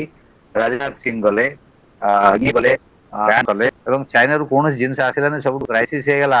ଏଇ ଯୋଉ ମୋବାଇଲ ଗ୍ଲାସ କଭର ଯୋଉଟା ଚାଇନିଜ ଗ୍ଲାସ ଆସେ ବନ୍ଦ ହେଇଗଲା, ବର୍ତ୍ତମାନ ନର୍ମାଲ ହବାକୁ ଯାଉଛି। ତେଣୁ ଆମର ବାଣିଜ୍ୟିକ କାରବାର ବଢିବ। ଆମେ ଆମେରିକା ସହିତ ବନ୍ଧୁ ଥିଲେ, ବର୍ତ୍ତମାନ ଆମେରିକା ସହିତ ଆମର ଝଗଡା ଚାଲିଛି ଏ ଟାରିଫ କି ନେଇ। So that means our national interest then was with America, not with China. Now we have a national interest with China to counter America. So this means national interest is always changing, it is always dynamic, it is not constant. Okay. ତେଣୁ ଜାତୀୟ ସ୍ୱାର୍ଥଟା ସବୁବେଳେ ସ୍ଥିର ନୁହେଁ, ପରିସ୍ଥିତି ଅନୁସାରେ ଏଟା ବଦଳେ। ଯେମିତି ମୁଁ ଗୋଟେ ଏକ୍ସାମ୍ପଲ ଦେଲି। ତ ଜାତୀୟ ସ୍ୱାର୍ଥଟାକୁ କେମିତି ଆଗକୁ ନେବାକୁ ପଡିବ? ଦିଟା ବାଟ ଅଛି। ଗୋଟେ ହେଲା କୋଏରସିଭ, ମାନେ ବଳ ପ୍ରୟୋଗ କରିକି ଧମକେଇକି बा अत्याचार करिकी बा गोटे प्रेशर करिकी आ गोटे ହେଲା कोऑपरेशन तमे का ଉପରେ प्रेशर करिवो अत्याचार करिवो माने बिलेई ଉପରେ असरपा जेମିତି ବିରାଡି ଉପରେ असरपा ସେଇଭଳିଆ ଛୋଟ ରାଷ୍ଟ୍ର ଉପରେ ତମେ କରିପାରିବ ତମେ ତ ବଡ ରାଷ୍ଟ୍ର ତମଠୁ ଶକ୍ତିଶାଳୀ କରିପାରିବନି ଚାଇନା ଆମକୁ ଧମକେଇବ ନା ଆମେ ତାକୁ ଧମକେଇବା ଆମେରିକା ଧମକେଇଲା ଆମେ ମନା କରିଦେଲେ ଟ୍ରମ୍ପ ଧମକେଇଲା ତମେ ତେଲ ଆଣିବ ନାହିଁ ଭାରତ ଅଜିତ ଡୋଭାଲଙ୍କୁ ପଠେଇଦେଲା ଯାହା ଅଧିକ ତେଲ ଆଣିବ ଟ୍ରମ୍ପ କହିଲା ସେଠୁ ଅସ୍ତ୍ରଶସ୍ତ୍ର ଆଣିବ ନାହିଁ ଆମେ F-35 ର ବିକଳ୍ପ ଯୋଉ ଫାଇଟର ଜେଟ୍ ସେଇଟାକୁ ଆମେ ରଷିଆରୁ ଆଣିବାକୁ ଯାଉଛୁ ଆମେ ପୁଣି ଚାଇନା ପାଖକୁ ଗଲେ that means it is changing dynamics of national interest is changing okay ତେଣୁ ଏଥିରେ ଦିଟା ଆବଷ୍ଟ୍ରାକ୍ଟ ଯୋଉଟା ଅଛି ଗୋଟେ ହେଲା ପାୱାର ଗୋଟେ ହେଲା ଇଣ୍ଟରେଷ୍ଟ ତାକୁ ବୁଝିବାକୁ ପଡିବ ତାପରେ କଣ ହେଲା ଯେ ମର୍ଗାନ୍ଥୁ କହୁଛନ୍ତି the common minimum requirement of nation state is to protect their physical political and cultural identity against possible encroachments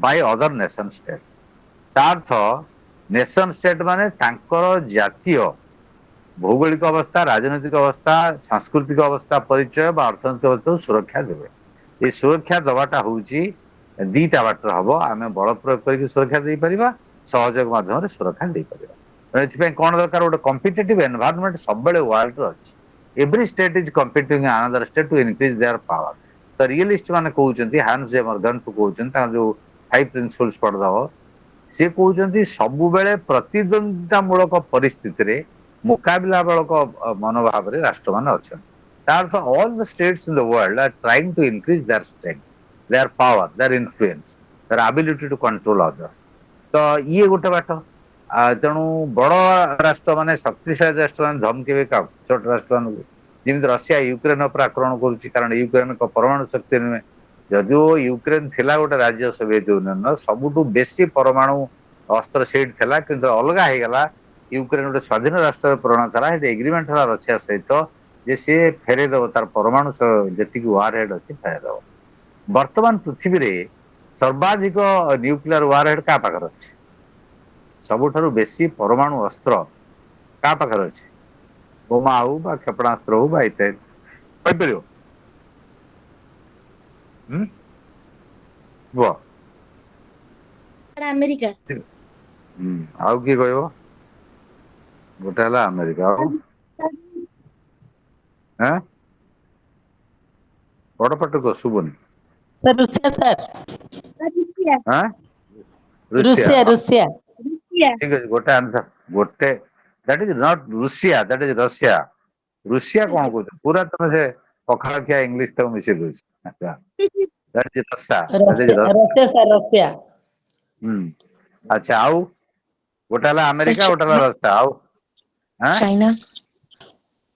sir China China sir ଆମ ଆଉ ଭାରତ ବି ହେଲେ କମ ନୁହଁ ସାର୍ କମ ନୁହେଁ ବେଶୀ ନୁହେଁ ପଚାରନି କାହାର ବେଶୀ ଅଛି so right answer is Russia okay Russia Russia has the sir Russia has the highest number of nuclear warheads okay ଯେମିତି ତମେ ରଷିଆର ଉଚ୍ଚାରଣ କରୁଛ ରୁଷିଆ ସେଭଳିଆ ବହୁତ ପିଲା ମୋ କ୍ଲାସରେ ସେ ଯେତେବେଳେ ମୁଁ ଇଟଲି ପଢାଏ ସେ ଇଟାଲୀ କହନ୍ତି that is not Italy that is idli idli ମାନେ ଯୋଉ ଆମ ଇଟଲି ଖାଇବା idli that is pronunciation is like this idli so it is Russia Russia has the highest number of nuclear warheads next is America then next is China America is second highest of nuclear warheads ତେଣୁ ଏଇ ଯୋଉ ମାନେ balance of power କ୍ଷମତାର ସନ୍ତୁଳନ ରକ୍ଷା କରିବା ଦରକାର ଯେମିତି Bharat Pakistan Russia China India China Russia America ଏମିତି ସବୁ ଦରକାର ସିଏ ଗୋଟେ ମେଜର ଫ୍ୟାକ୍ଟର ୟା ପାଇଁ ରିଏଲିଜମ ପାଇଁ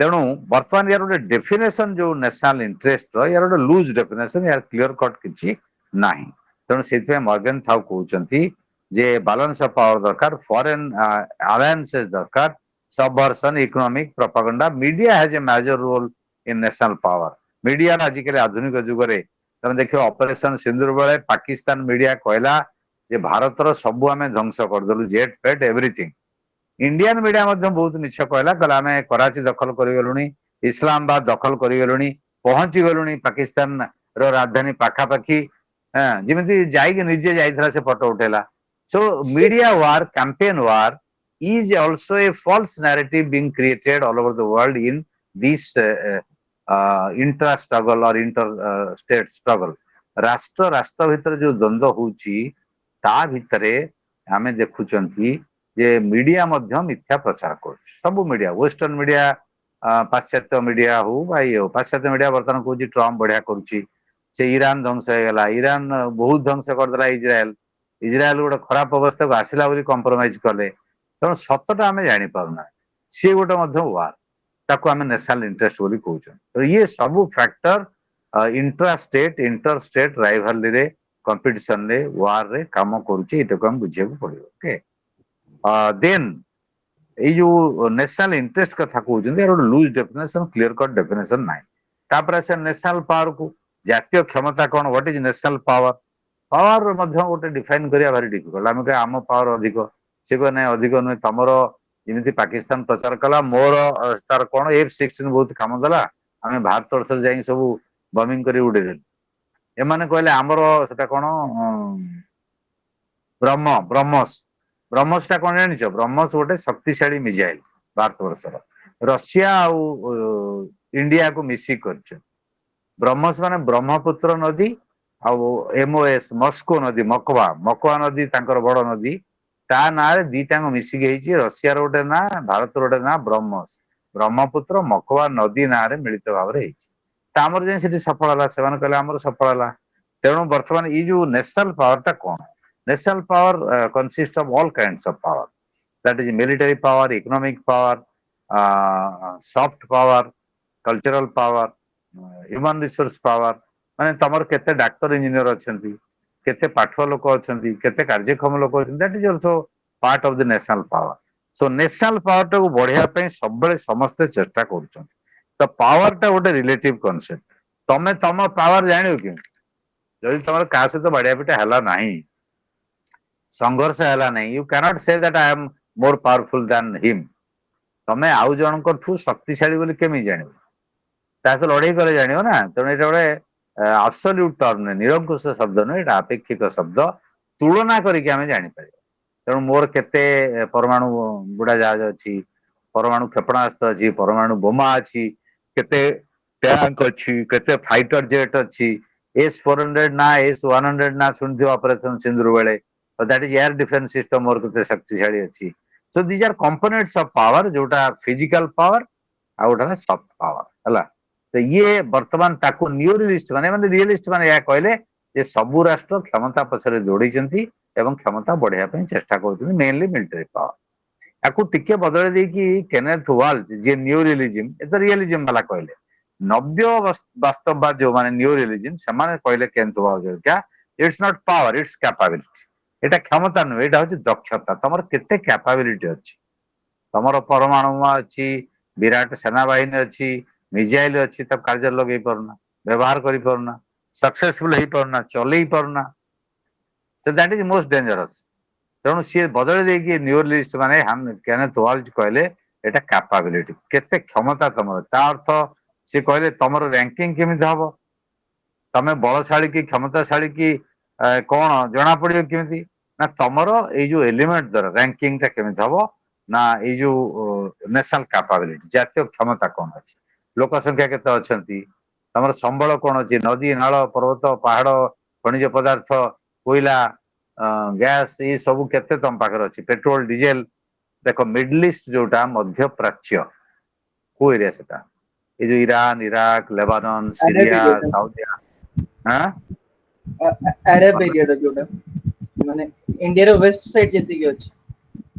ନାଇଁ ନାଇଁ ମିଡଲ ଇଷ୍ଟ, ଇଣ୍ଡିଆର ହଁ ୱେଷ୍ଟ ତ ଅଛି ବହୁତ ଲମ୍ବା।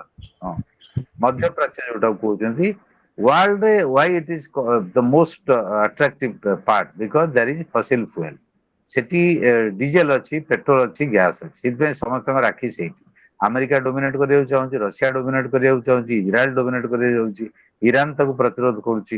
Show that is power, that is physical power, that is natural power. ଏଇଟା ତାଙ୍କ ପ୍ରାକୃତିକ କ୍ଷମତା ବା ଫିଜିକାଲ ପାୱାର ବୋଲି ଆମେ କହିପାରିବା। ଯାହାର ପରମାଣୁ ଶକ୍ତି ବେଶୀ ଅଛି, that is military power. Capability, ଇଏ ପାୱାରଟାକୁ ଏମାନେ କ୍ୟାପାବିଲିଟି କହିଲେ। ତା ଅର୍ଥ ଇକୋନୋମିକ କ୍ୟାପାବିଲିଟି କେତେ ଅଛି, ପଲିଟିକାଲ କ୍ୟାପାବିଲିଟି କେତେ ଅଛି ଏବଂ ଅଲଗା ମିଲିଟାରୀ କ୍ୟାପାବିଲିଟି କେତେ ଅଛି। ଯଦି ଇକୋନୋମି ତମର ଦୁର୍ବଳ, ମିଲିଟାରୀ କ୍ୟାପାବିଲିଟି ଥିଲେ ମଧ୍ୟ କରିପାରିବେ। ଯେମିତି take the case of Pakistan, Pakistan ପାଖରେ ପରମାଣୁ ବୋମା ଅଛି କିନ୍ତୁ ଲୋକ ଖାଇବାକୁ ପାଉନି। ତ टमाटो केजी 200 टका अलग रेट अटा केजी 600 टका so if you have nuclear weapon it's all right but if you don't have a stable economy or economic power that will be meaningless ତମେ ତାକୁ ବ୍ୟବହାର କରିପାରିବନି କାରଣ ମିଲିଟାରୀ ଯୋଉ ପରମାଣୁ ଶକ୍ତି ଆଣିକି ଚଳେଇବା ତା ପାଇଁ ପଇସା ଖର୍ଚ୍ଚ ହବ ୟୁ କ୍ୟାନଟ୍ ଆଫୋର୍ଡ ଦ୍ୟାଟ୍ ସେଟା ତମେ ଚଳେଇ ପାରିବ ନାହିଁ ନେକ୍ସଟ ପଏଣ୍ଟ ଆସିଲା national security what is national security ଜାତୀୟ ନିରାପତ୍ତା every state is concern with its own security ନିଜ ନିରାପତ୍ତାକୁ କେମିତି ଜଗିବ ସୁରକ୍ଷିତ କରିବ ବାଉଣ୍ଡରୀ ୱାଲ ଦେଶ ଭିତରେ ତାକୁ ସବୁ ରାଷ୍ଟ୍ର ଚେଷ୍ଟା କରିବେ କେମିତି ଚେଷ୍ଟା କରିବେ ନା ମିଲିଟାରୀ ପାୱାର ବଢେଇକି ଜଗେଇବେ ନହେଲେ ସେମାନେ ଆସିକି ଆକ୍ରମଣ କରିକି କିଏ ଦେଇଯିବ these are the major questions concepts in realist theory and neorealist theory ତ neorealist ମାନେ ଯୋଉ capability କଥା କହିଲେ ତାପରେ national security କଥା କହିଲେ national security ର concept ଟା ଜନ୍ମ ନେଉଛି କୋଉଠୁ ଆମେ ଇନସିକ୍ୟୁର ଜଣେ ସିକ୍ୟୁରିଟି ଦେଖିବ ଜଣେ ଧର ସିସିଟିଭି କ୍ୟାମେରା ଲଗଉଛି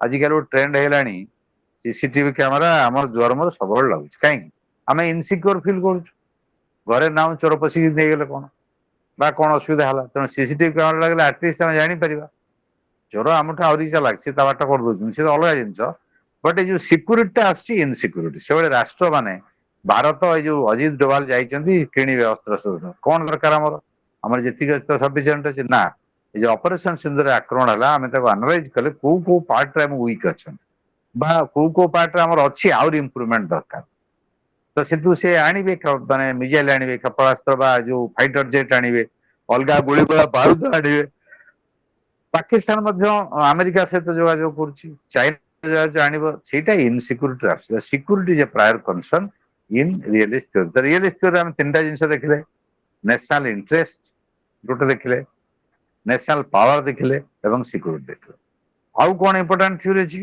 ଆମେ ବର୍ତ୍ତମାନ ଇଏ ହେଲା ଏଲିମେଣ୍ଟସ ଅଫ ଯୋଉ ରିଏଲିଷ୍ଟ ଥିଓରି ବା ଷ୍ଟେଟ ର କଣ ଦରକାର ତାପରେ ଆପ୍ରୋଚ ଗୁଡିକ କଣ अप्रोच गुड़िक प्रथम देखा थ्योरी ऑफ कॉन्फ्लिक्ट गोटे अप्रोच है थ्योरी ऑफ कॉन्फ्लिक्ट यार अर्थ कौन मेन आर्गुमेंट कौन ना राष्ट्र माने they are in perpetual conflict with each other प्रत्येक राष्ट्र आउ राष्ट्र मान सहित निरविच्छिन्न द्वंद्व भितर गंडगोल भितर झगड़ा भितर अच्छी अर्थ से धारणा से भय निजर सिक्यूरीटी बढ़ाई all the states are trying okay so इटा हला मेन आर्गुमेंट कार रियलिस्ट मानकर जे विश्व व्यवस्था राष्ट्र व्यवस्था nobody is a friend nobody is a enemy कई कार शत्रु नहंती कि कई कार मित्र नहंती अमेरिका सहित आम बहुत भल थे किंतु बर्तमान आमर झगड़ा बाड़िया पिटा चलती चाइना सहित आम बहुत खराब थे कोरोना पर 2022 पूर्व चाइना सहित आम संपर्क वृद्धि पाँच सो ये जो आजम्पशन होची जो संपर्क वृद्धि पाइबार बा जो कॉन्सेप्ट थ्योरी कहूची जे सब बेले समस्त साइड रु गोटे कॉन्फ्लिक्ट द्वंद्व होबार संभावना अच्छी यही द्वंद्व संपर्क में राष्ट्र माने सचेतन हवा उचित एवं पदक्षेप नवा उचित that is called theory of conflict okay तो सेतरे प्रिंसिपल है सेल्फ हेल्प समस्त निजको निजे साहाय्य करो निजको निजे बंच कई तुमको साहाय्य कर परिबे nobody is going to help everybody should protect himself so there will be complete anarchy so likewise the state which is a small state nobody will come to the rescue ता रक्षा ପାଇଁ के आस परिबे नाही से कोन करियो सेल्फ हेल्प करियो निज आत्मरक्षा करि परिबो आत्म साहाय्य करि परिबो आउ के आसीबेनी तेणु वर्तमान कथा हला हांस मगेथु जे कहले पॉलिटिक्स अमंग नेशन जोड़ा तांग प्रसिद्ध बही politics among nation the struggle for power and peace से कहले statesman think and act in terms of interest defined as power राष्ट्रनीतिज्ञ माने बा राष्ट्र मुख्य माने माने कहंती एवं करंती कौन करंती ना भारतर स्वार्थ को देखिए केमिति क्षमता हेची कौन हेची ताको देखिए ए कथा जे बांग्लादेश रो जे थिले नेता से कहले तापरे हांस मर्गाथु मध्ये कहले परवर्ती पर्यायर कैपेबिलिटी को जो बढ़िया कथा गुरुत्व सेवान देले सी बोध इंपोर्टेंट एस्पेक्ट ऑफ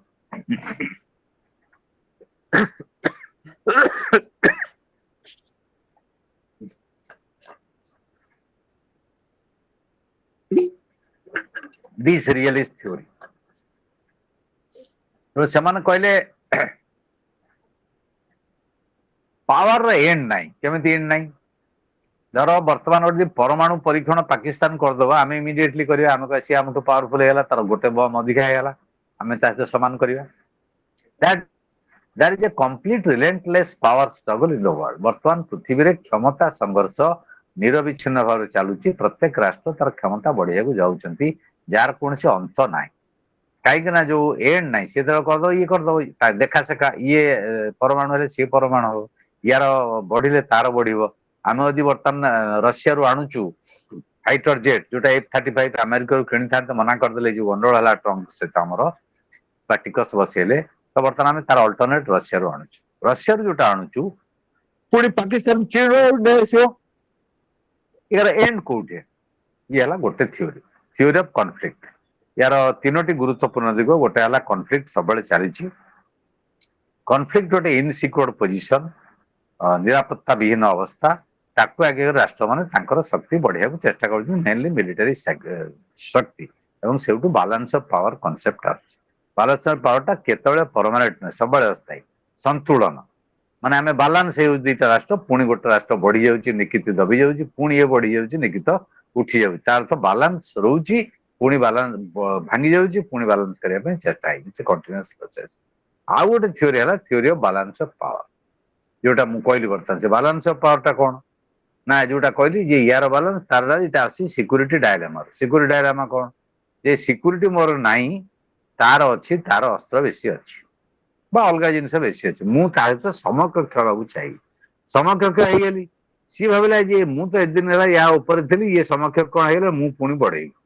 ତ ଇଟ୍ସ ଏ କଣ୍ଟିନ୍ୟୁଅସ୍ ପ୍ରୋସେସ। ତା ଭିତରେ ଗୋଟେ ବାଲାନ୍ସ ଆଣିବା, ସନ୍ତୁଳନ ଆଣିବା, ଏଇଟା ହେଲା ସିକ୍ୟୁରିଟି ଡାଇଲେମା ବା ମୁଖ୍ୟ ସମସ୍ୟା କେମିତି ଆସିପାରିବ। ତେଣୁ ଯୋଉଠି ଆକ୍ରମଣାତ୍ମକ ଢଙ୍ଗରେ ହବ କି କୋଅପରେସନ ଢଙ୍ଗରେ ହବ, କି ୟାକୁ ନେଇ କଣ ଚାଲିବ, ଡିପେଣ୍ଡ କରୁଛି ସେଠିକାର ସିଚୁଏସନ ଉପରେ। ଓକେ, ତ ଏଇ ଯୋଉ ସିକ୍ୟୁରିଟି ଡିଲେମାକୁ ଏସ୍କେପ କରିବା ପାଇଁ ଯୋଉ ବାଲାନ୍ସ ଅଫ ପାୱାର କନସେପ୍ଟଟା କରାହେଇଛି। ତ ବାଲାନ୍ସ ଅଫ ପାୱାରଟା କଣ? All about facing a pattern of interaction among states to curb aggression and expansionism by them. Balance of power ଆବଶ୍ୟକତା ହେଲା ଯେ ରାଷ୍ଟ୍ରମାନେ ଅନ୍ୟ ରାଷ୍ଟ୍ରକୁ ଦଖଲ କରିବେ ନାହିଁ, ଯୁଦ୍ଧ ହବ ନାହିଁ, ଉତ୍ତେଜନା ହବ ନାହିଁ। ପରସ୍ପର ରାଷ୍ଟ୍ର ପରସ୍ପର ଭିତରେ ତାଙ୍କର ଯୋଉ ସାମରିକ କ୍ଷମତାରେ ସମାନ ବଜାୟ ଦୂରତା ରଖିବେ ବା ଇଏ କିଏ କାହାକୁ ଡୋମିନେଟ କରିପାରିବେ। କିନ୍ତୁ ଏଇ ଯୋଉ ଆଇଡିଆଲ ପୋଜିସନ ସେତେବେଳେ ତାକୁ କେହି ଗ୍ରହଣ କଲେ ନାହିଁ। ନେକ୍ସଟ ହେଲା ଥିଓରି ଅଫ ଡେଟରେନ୍ସ। ଡେଟରେନ୍ସ କଣ? ଡେଟର ମାନେ କଣ? ଚେକ୍ କରିବା।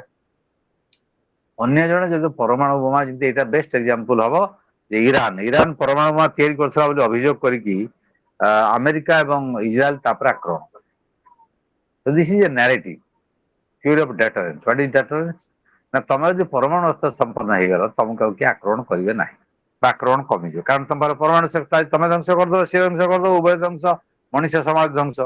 ବର୍ତ୍ତମାନ ପୃଥିବୀରେ ଯେତିକି ପରମାଣୁ ବୋମା ଅଛି, ଆମକୁ 6 ରୁ 10 ଟାଇମ୍ସ ଜୀବ ଜଗତକୁ ଧ୍ୱଂସ କରିଦେଲା।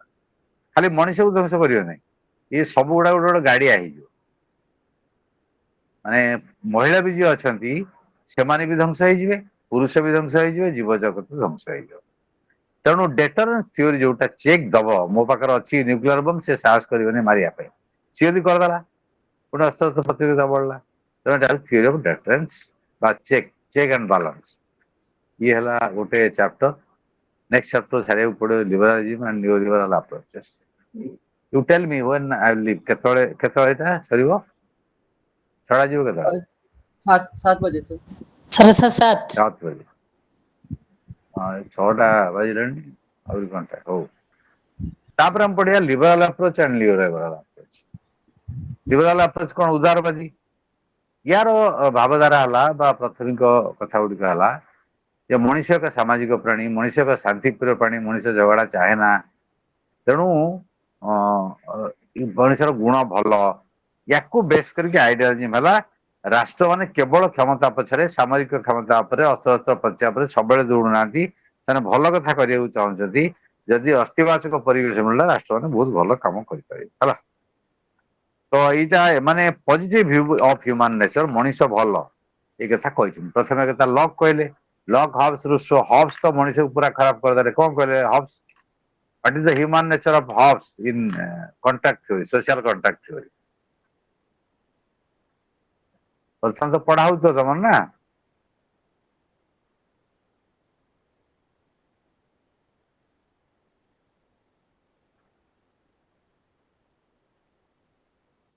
Sir, the nature is, according to Hobbes, man is brutish,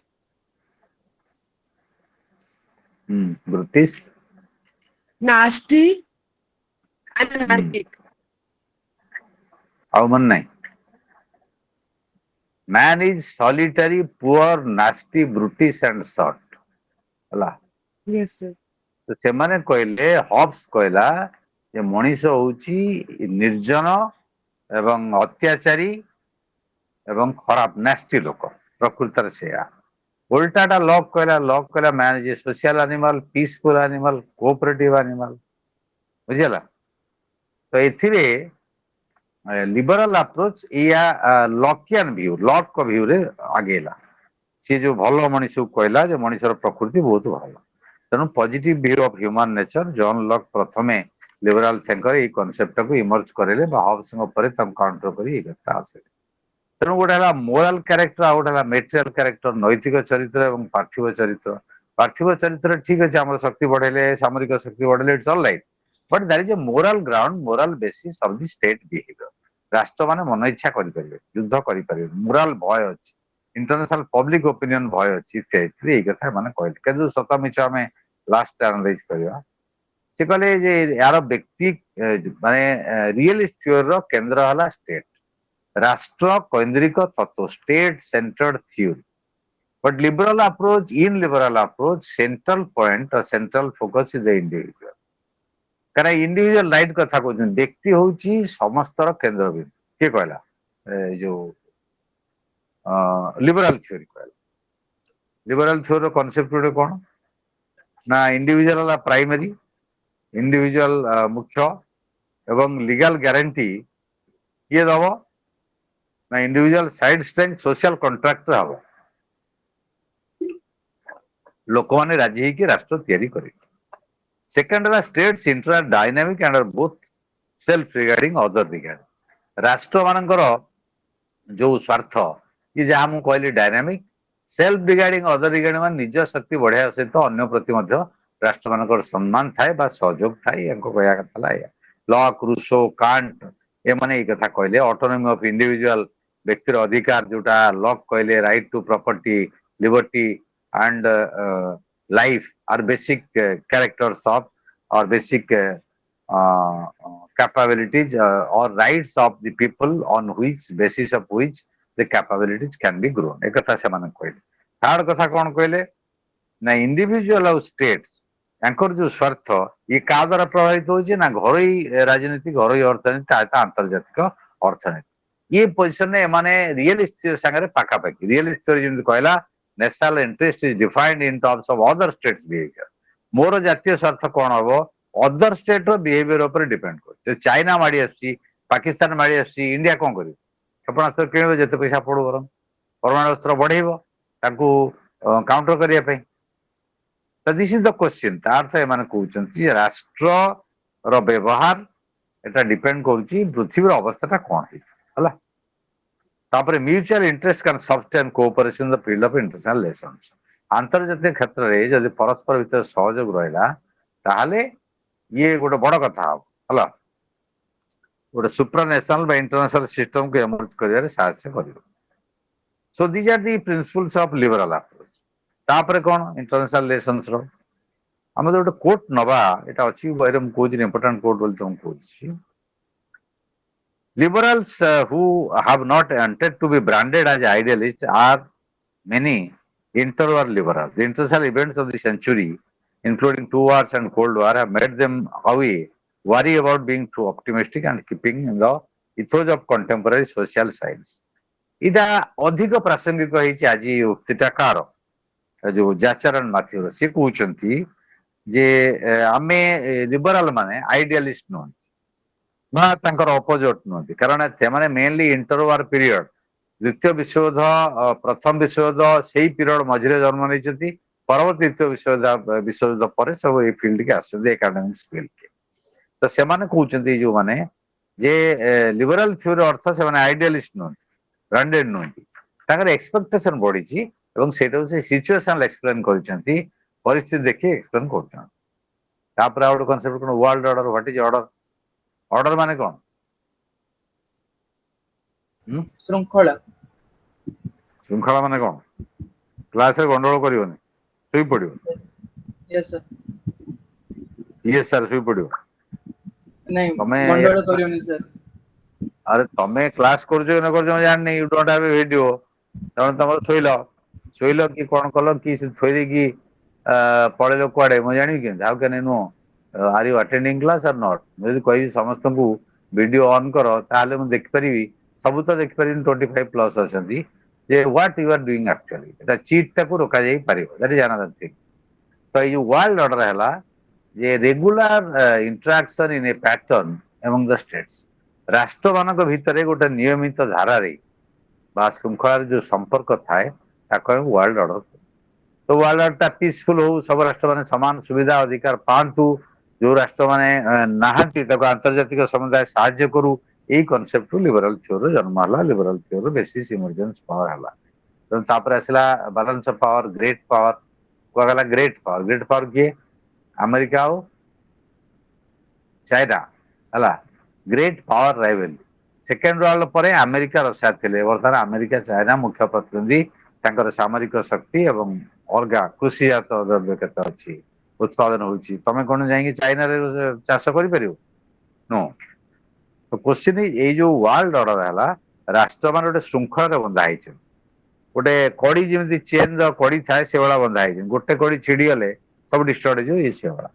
ତ world order is emerging. America unilateral world order, bilateral world order, multilateral world order. ଗୋଟେ ହେଲା ଏକକ ଶୃଙ୍ଖଳା, ମାନେ ଜଣୀୟ ଲୋକ ବା ଗୋଟିଏ ରାଷ୍ଟ୍ର ଥିବ ତାର ଡୋମିନାନ୍ସକୁ ଆଉଜୁଥିବେ, ସେଇଟା ଆଉ ସମ୍ଭବ ନୁହେଁ, ବର୍ତ୍ତମାନ ନାହିଁ। ଆଉ ଗୋଟେ ହେଲା ବାଇଲେଟରାଲ ୱାର୍ଲଡ ବା ବାଇପୋଲାର ୱାର୍ଲଡ, ଦ୍ୱିପାକ୍ଷିକ ରାଷ୍ଟ୍ର, ରଷିଆ ଆମେରିକା ମୁହାଁମୁହିଁ, ଉଭୟ ପକ୍ଷ ଭିତରେ ସଂଘର୍ଷ ଚାଲୁଛି। ଏଟା ଶୀତଳ ଯୁଦ୍ଧ ସମୟ ଆରମ୍ଭ ହେଇକି ଚାଲିଲା। ବର୍ତ୍ତମାନ ଆଜିର ଯୋଉ ଆଲୋଚନା କଲେ ସେଥିରେ ମାନେ ମେନ୍ ଯୋଉ ଆଇଡିଆ ଆସିଲା ଲିବରାଲ ଥିଓରି ୱାର୍ଲଡ ଅର୍ଡରଟା କଣ? ଗୋଟେ ଶୃଙ୍ଖଳା, ଶୃଙ୍ଖଳାରୁ ଭଙ୍ଗ କଲେ ବା ଶୃଙ୍ଖଳାରୁ ବାହାରି ଆସିଲେ ବା ତାକୁ କେମିତି ରଖାଯାଇ ପାରିବ ତାକୁ ଚେଷ୍ଟା କଲେ, ସେଇଠୁ ଗୋଟେ ଲିବରାଲ ୱାର୍ଲଡ ଅର୍ଡର ଏଇ ଯୋଉ ଥିଓରିଟା ଆସିବ, theory of world order, theory of liberalism. ତ ୱାର୍ଲଡ ଅର୍ଡର ମାନେ କଣ? ରାଇଟ୍ସ ରହିବ, ଜଷ୍ଟିସ ରହିବ, ପ୍ରସ୍ପେରିଟି ରହିବ, ଏଗ୍ରିମେଣ୍ଟ ରହିବ, କ୍ଲାଇମେଟ ଚେଞ୍ଜ ରହିବ।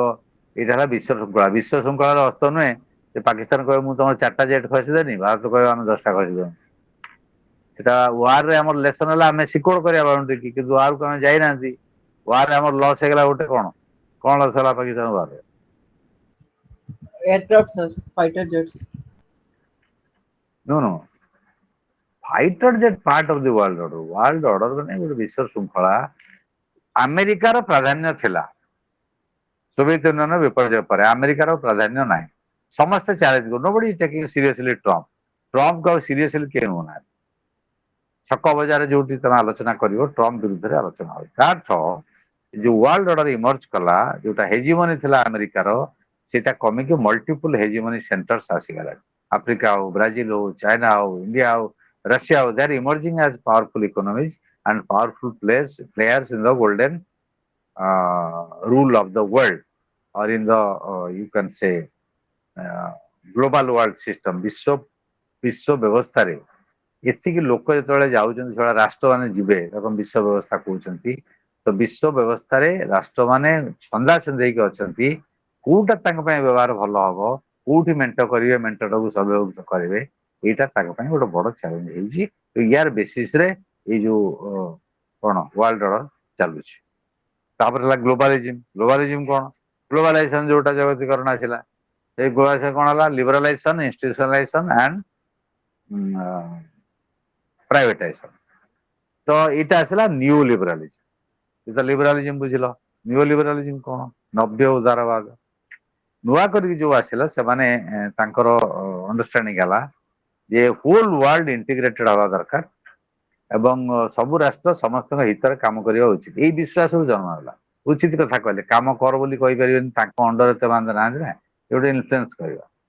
ସେଠି ଦେଖିବା liberal multiculturalism or institutionalism as a school of thought, convincing challenge to realist and neologist thinking. ଏଇ ଯୋଉ ତତ୍ତ୍ୱ ଗୁଡିକ ଯାହା ମୁଁ ପଢିଲି, ଏଗୁଡିକ ରିଏଲିଜିମ କି ନିଓଲୋଜିମ କି ଚ୍ୟାଲେଞ୍ଜ କରୁଛି।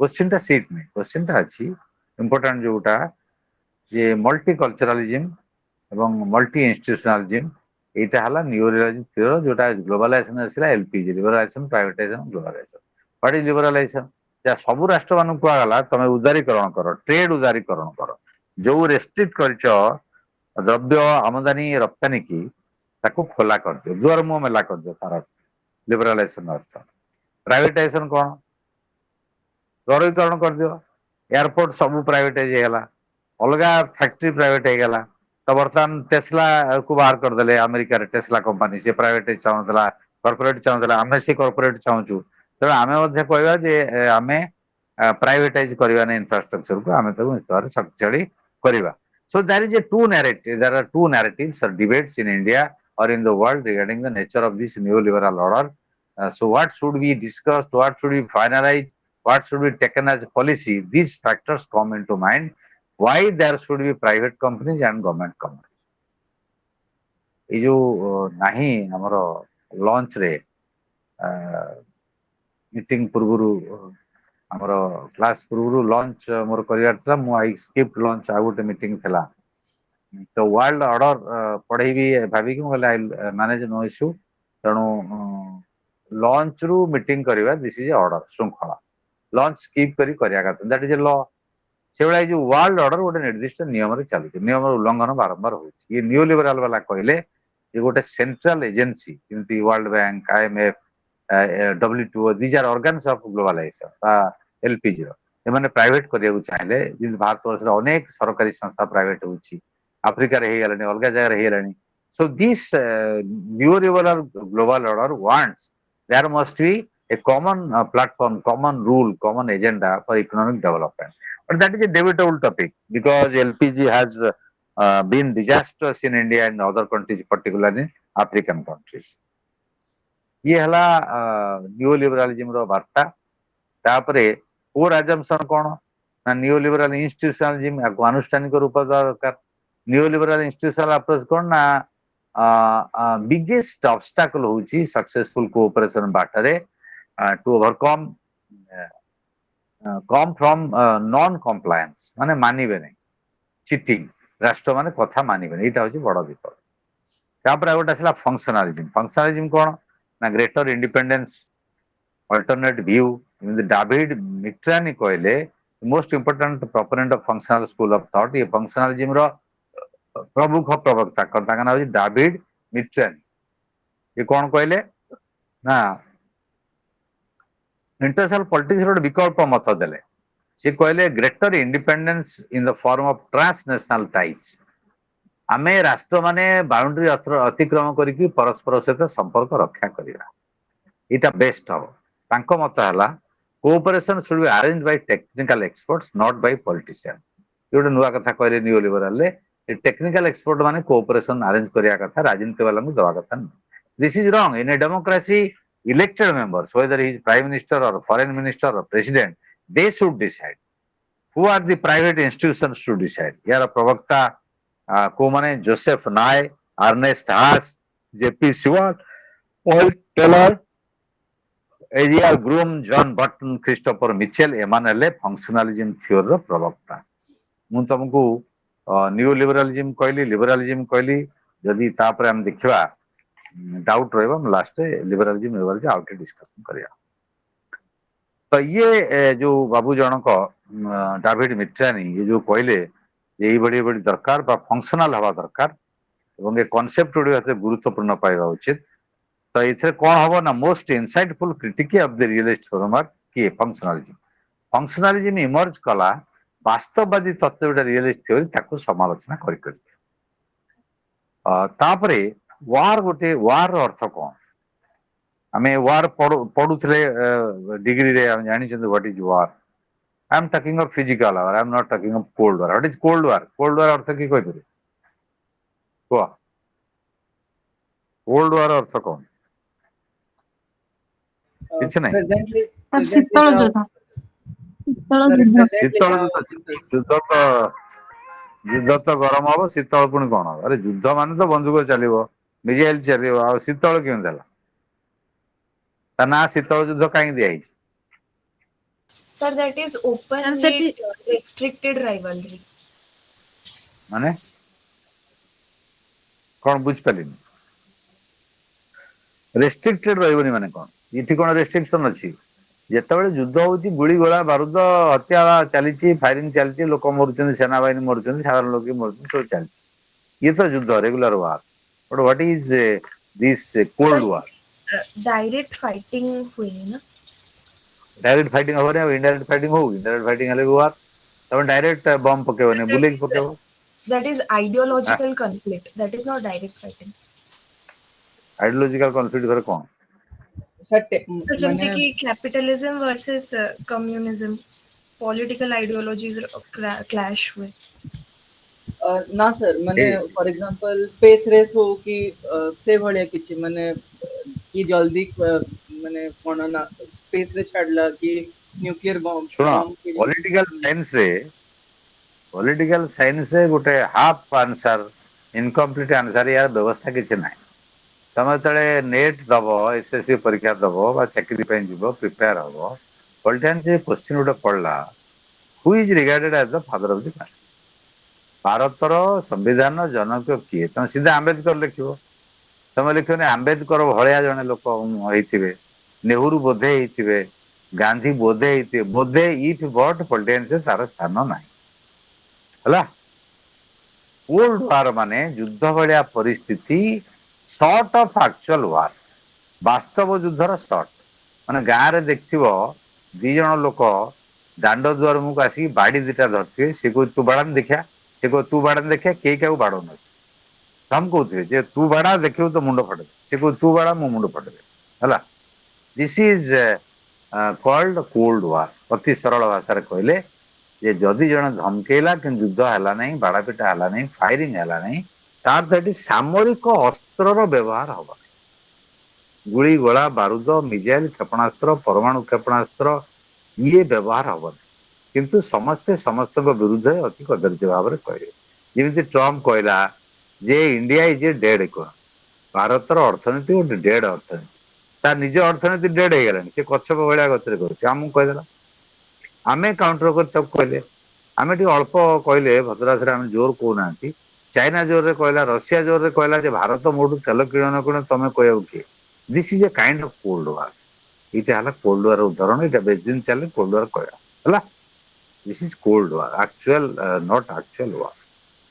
तो ये फंक्शनलिज्म एक कथा कहला, न्यू लिबरल इंस्टीट्यूशनल एक कथा कहले, तापर हम देखिबा a good theory new functionalism.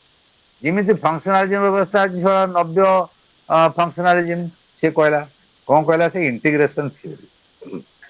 ये जो स्टेट माने परस्पर विरुद्ध इंटीग्रेट हो गोटे होल वर्ल्ड स्टेट हो जाए पारे, that is another new development. ये माने कहले जोसेफ नायक कहले जे वर्ल्ड स्टेट हो पारे, tendency toward voluntary creation of larger political unit, से टेंडेंसीटा गोटे अच्छी बोली से मतामत देले।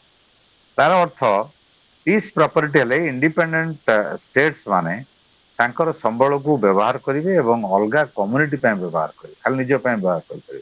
एटा न्यू फंक्शनलिज्म कहला। दिस इज टू आइडियलिस्टिक, जोटा वर्तमान विश्व में संभव नुह। राष्ट्र मैंने कई देवे ना निज पैसा को छाड़ी अलग क्या दान कर, अति बेसी भूमिकंप हेले बा प्राकृतिक विपर्य हेले आम साहय सब राष्ट्र साहय कर, अदरवाइज कई करना अनलेस दैट इज इंटरेस्ट। लक्ष लक्ष बिलियन डॉलर अमेरिका दौची इज्राएल कहीं दौची जे इज्राएल तार जगुआर हो तेलुगु को जगू से मिडिल ईस्ट, साउदी अरब अच्छी सबू राष्ट्र से अच्छे, Iran, Iraq, Saudi Arab, United Arab Emirate, Syria, Lebanon, ये जो मध्य प्राच्य राष्ट्र तेल भर्ती अच्छी। अमेरिका दादागिरी करके तेल को सस्तार नब बोलिकी तमर मन थी या ना शुणिच सद्दाम हुसैन है। सद्दाम हुसैन को मारदेले, कहीं मारदेले कहले तो पाखे weapons of mass destruction WMD गण विध्वंसकारी अस्त्र अच्छी, खोजी खोजी कौटी पाइले नहीं ताको आनी मारदेले। परवर्ती पर्यायर जना पड़ा ईरान ये इराक जो तैल अच्छी तैल संपद को अमेरिका आखेला नहीं गला, ता कंपनी मैंने तेल कले कम रेट नहीं गले, लॉस है Iraq. Okay, so new functionalism कहूँ जे इंटीग्रेटेड कम्युनिटी जोटा आइडियलिस्टिक हो पारिबो नाही बा संभव नुहे वर्तमान परिस्थिति। नेक्स्ट है थ्योरी ऑफ कम्युनिकेशन, जोगाजोग व्यवस्था। तार अर्थ कौन? एटा कहला जे sociological liberalism. What is sociological liberalism? ସମାଜ ବିଜ୍ଞାନୀ ଏ ଯୋଉ ଉଦାରବାଦ କଣ ନା ସୋସାଇଟିଟାକୁ ସେମାନେ ଦେଖୁଛନ୍ତି ଯୋଉଟାକୁ କହୁଛନ୍ତି ଟ୍ରାନ୍ସନେସନାଲ ରିଲେସନ୍ସ, ଆନ୍ତରାଷ୍ଟ୍ର ସମ୍ପର୍କ।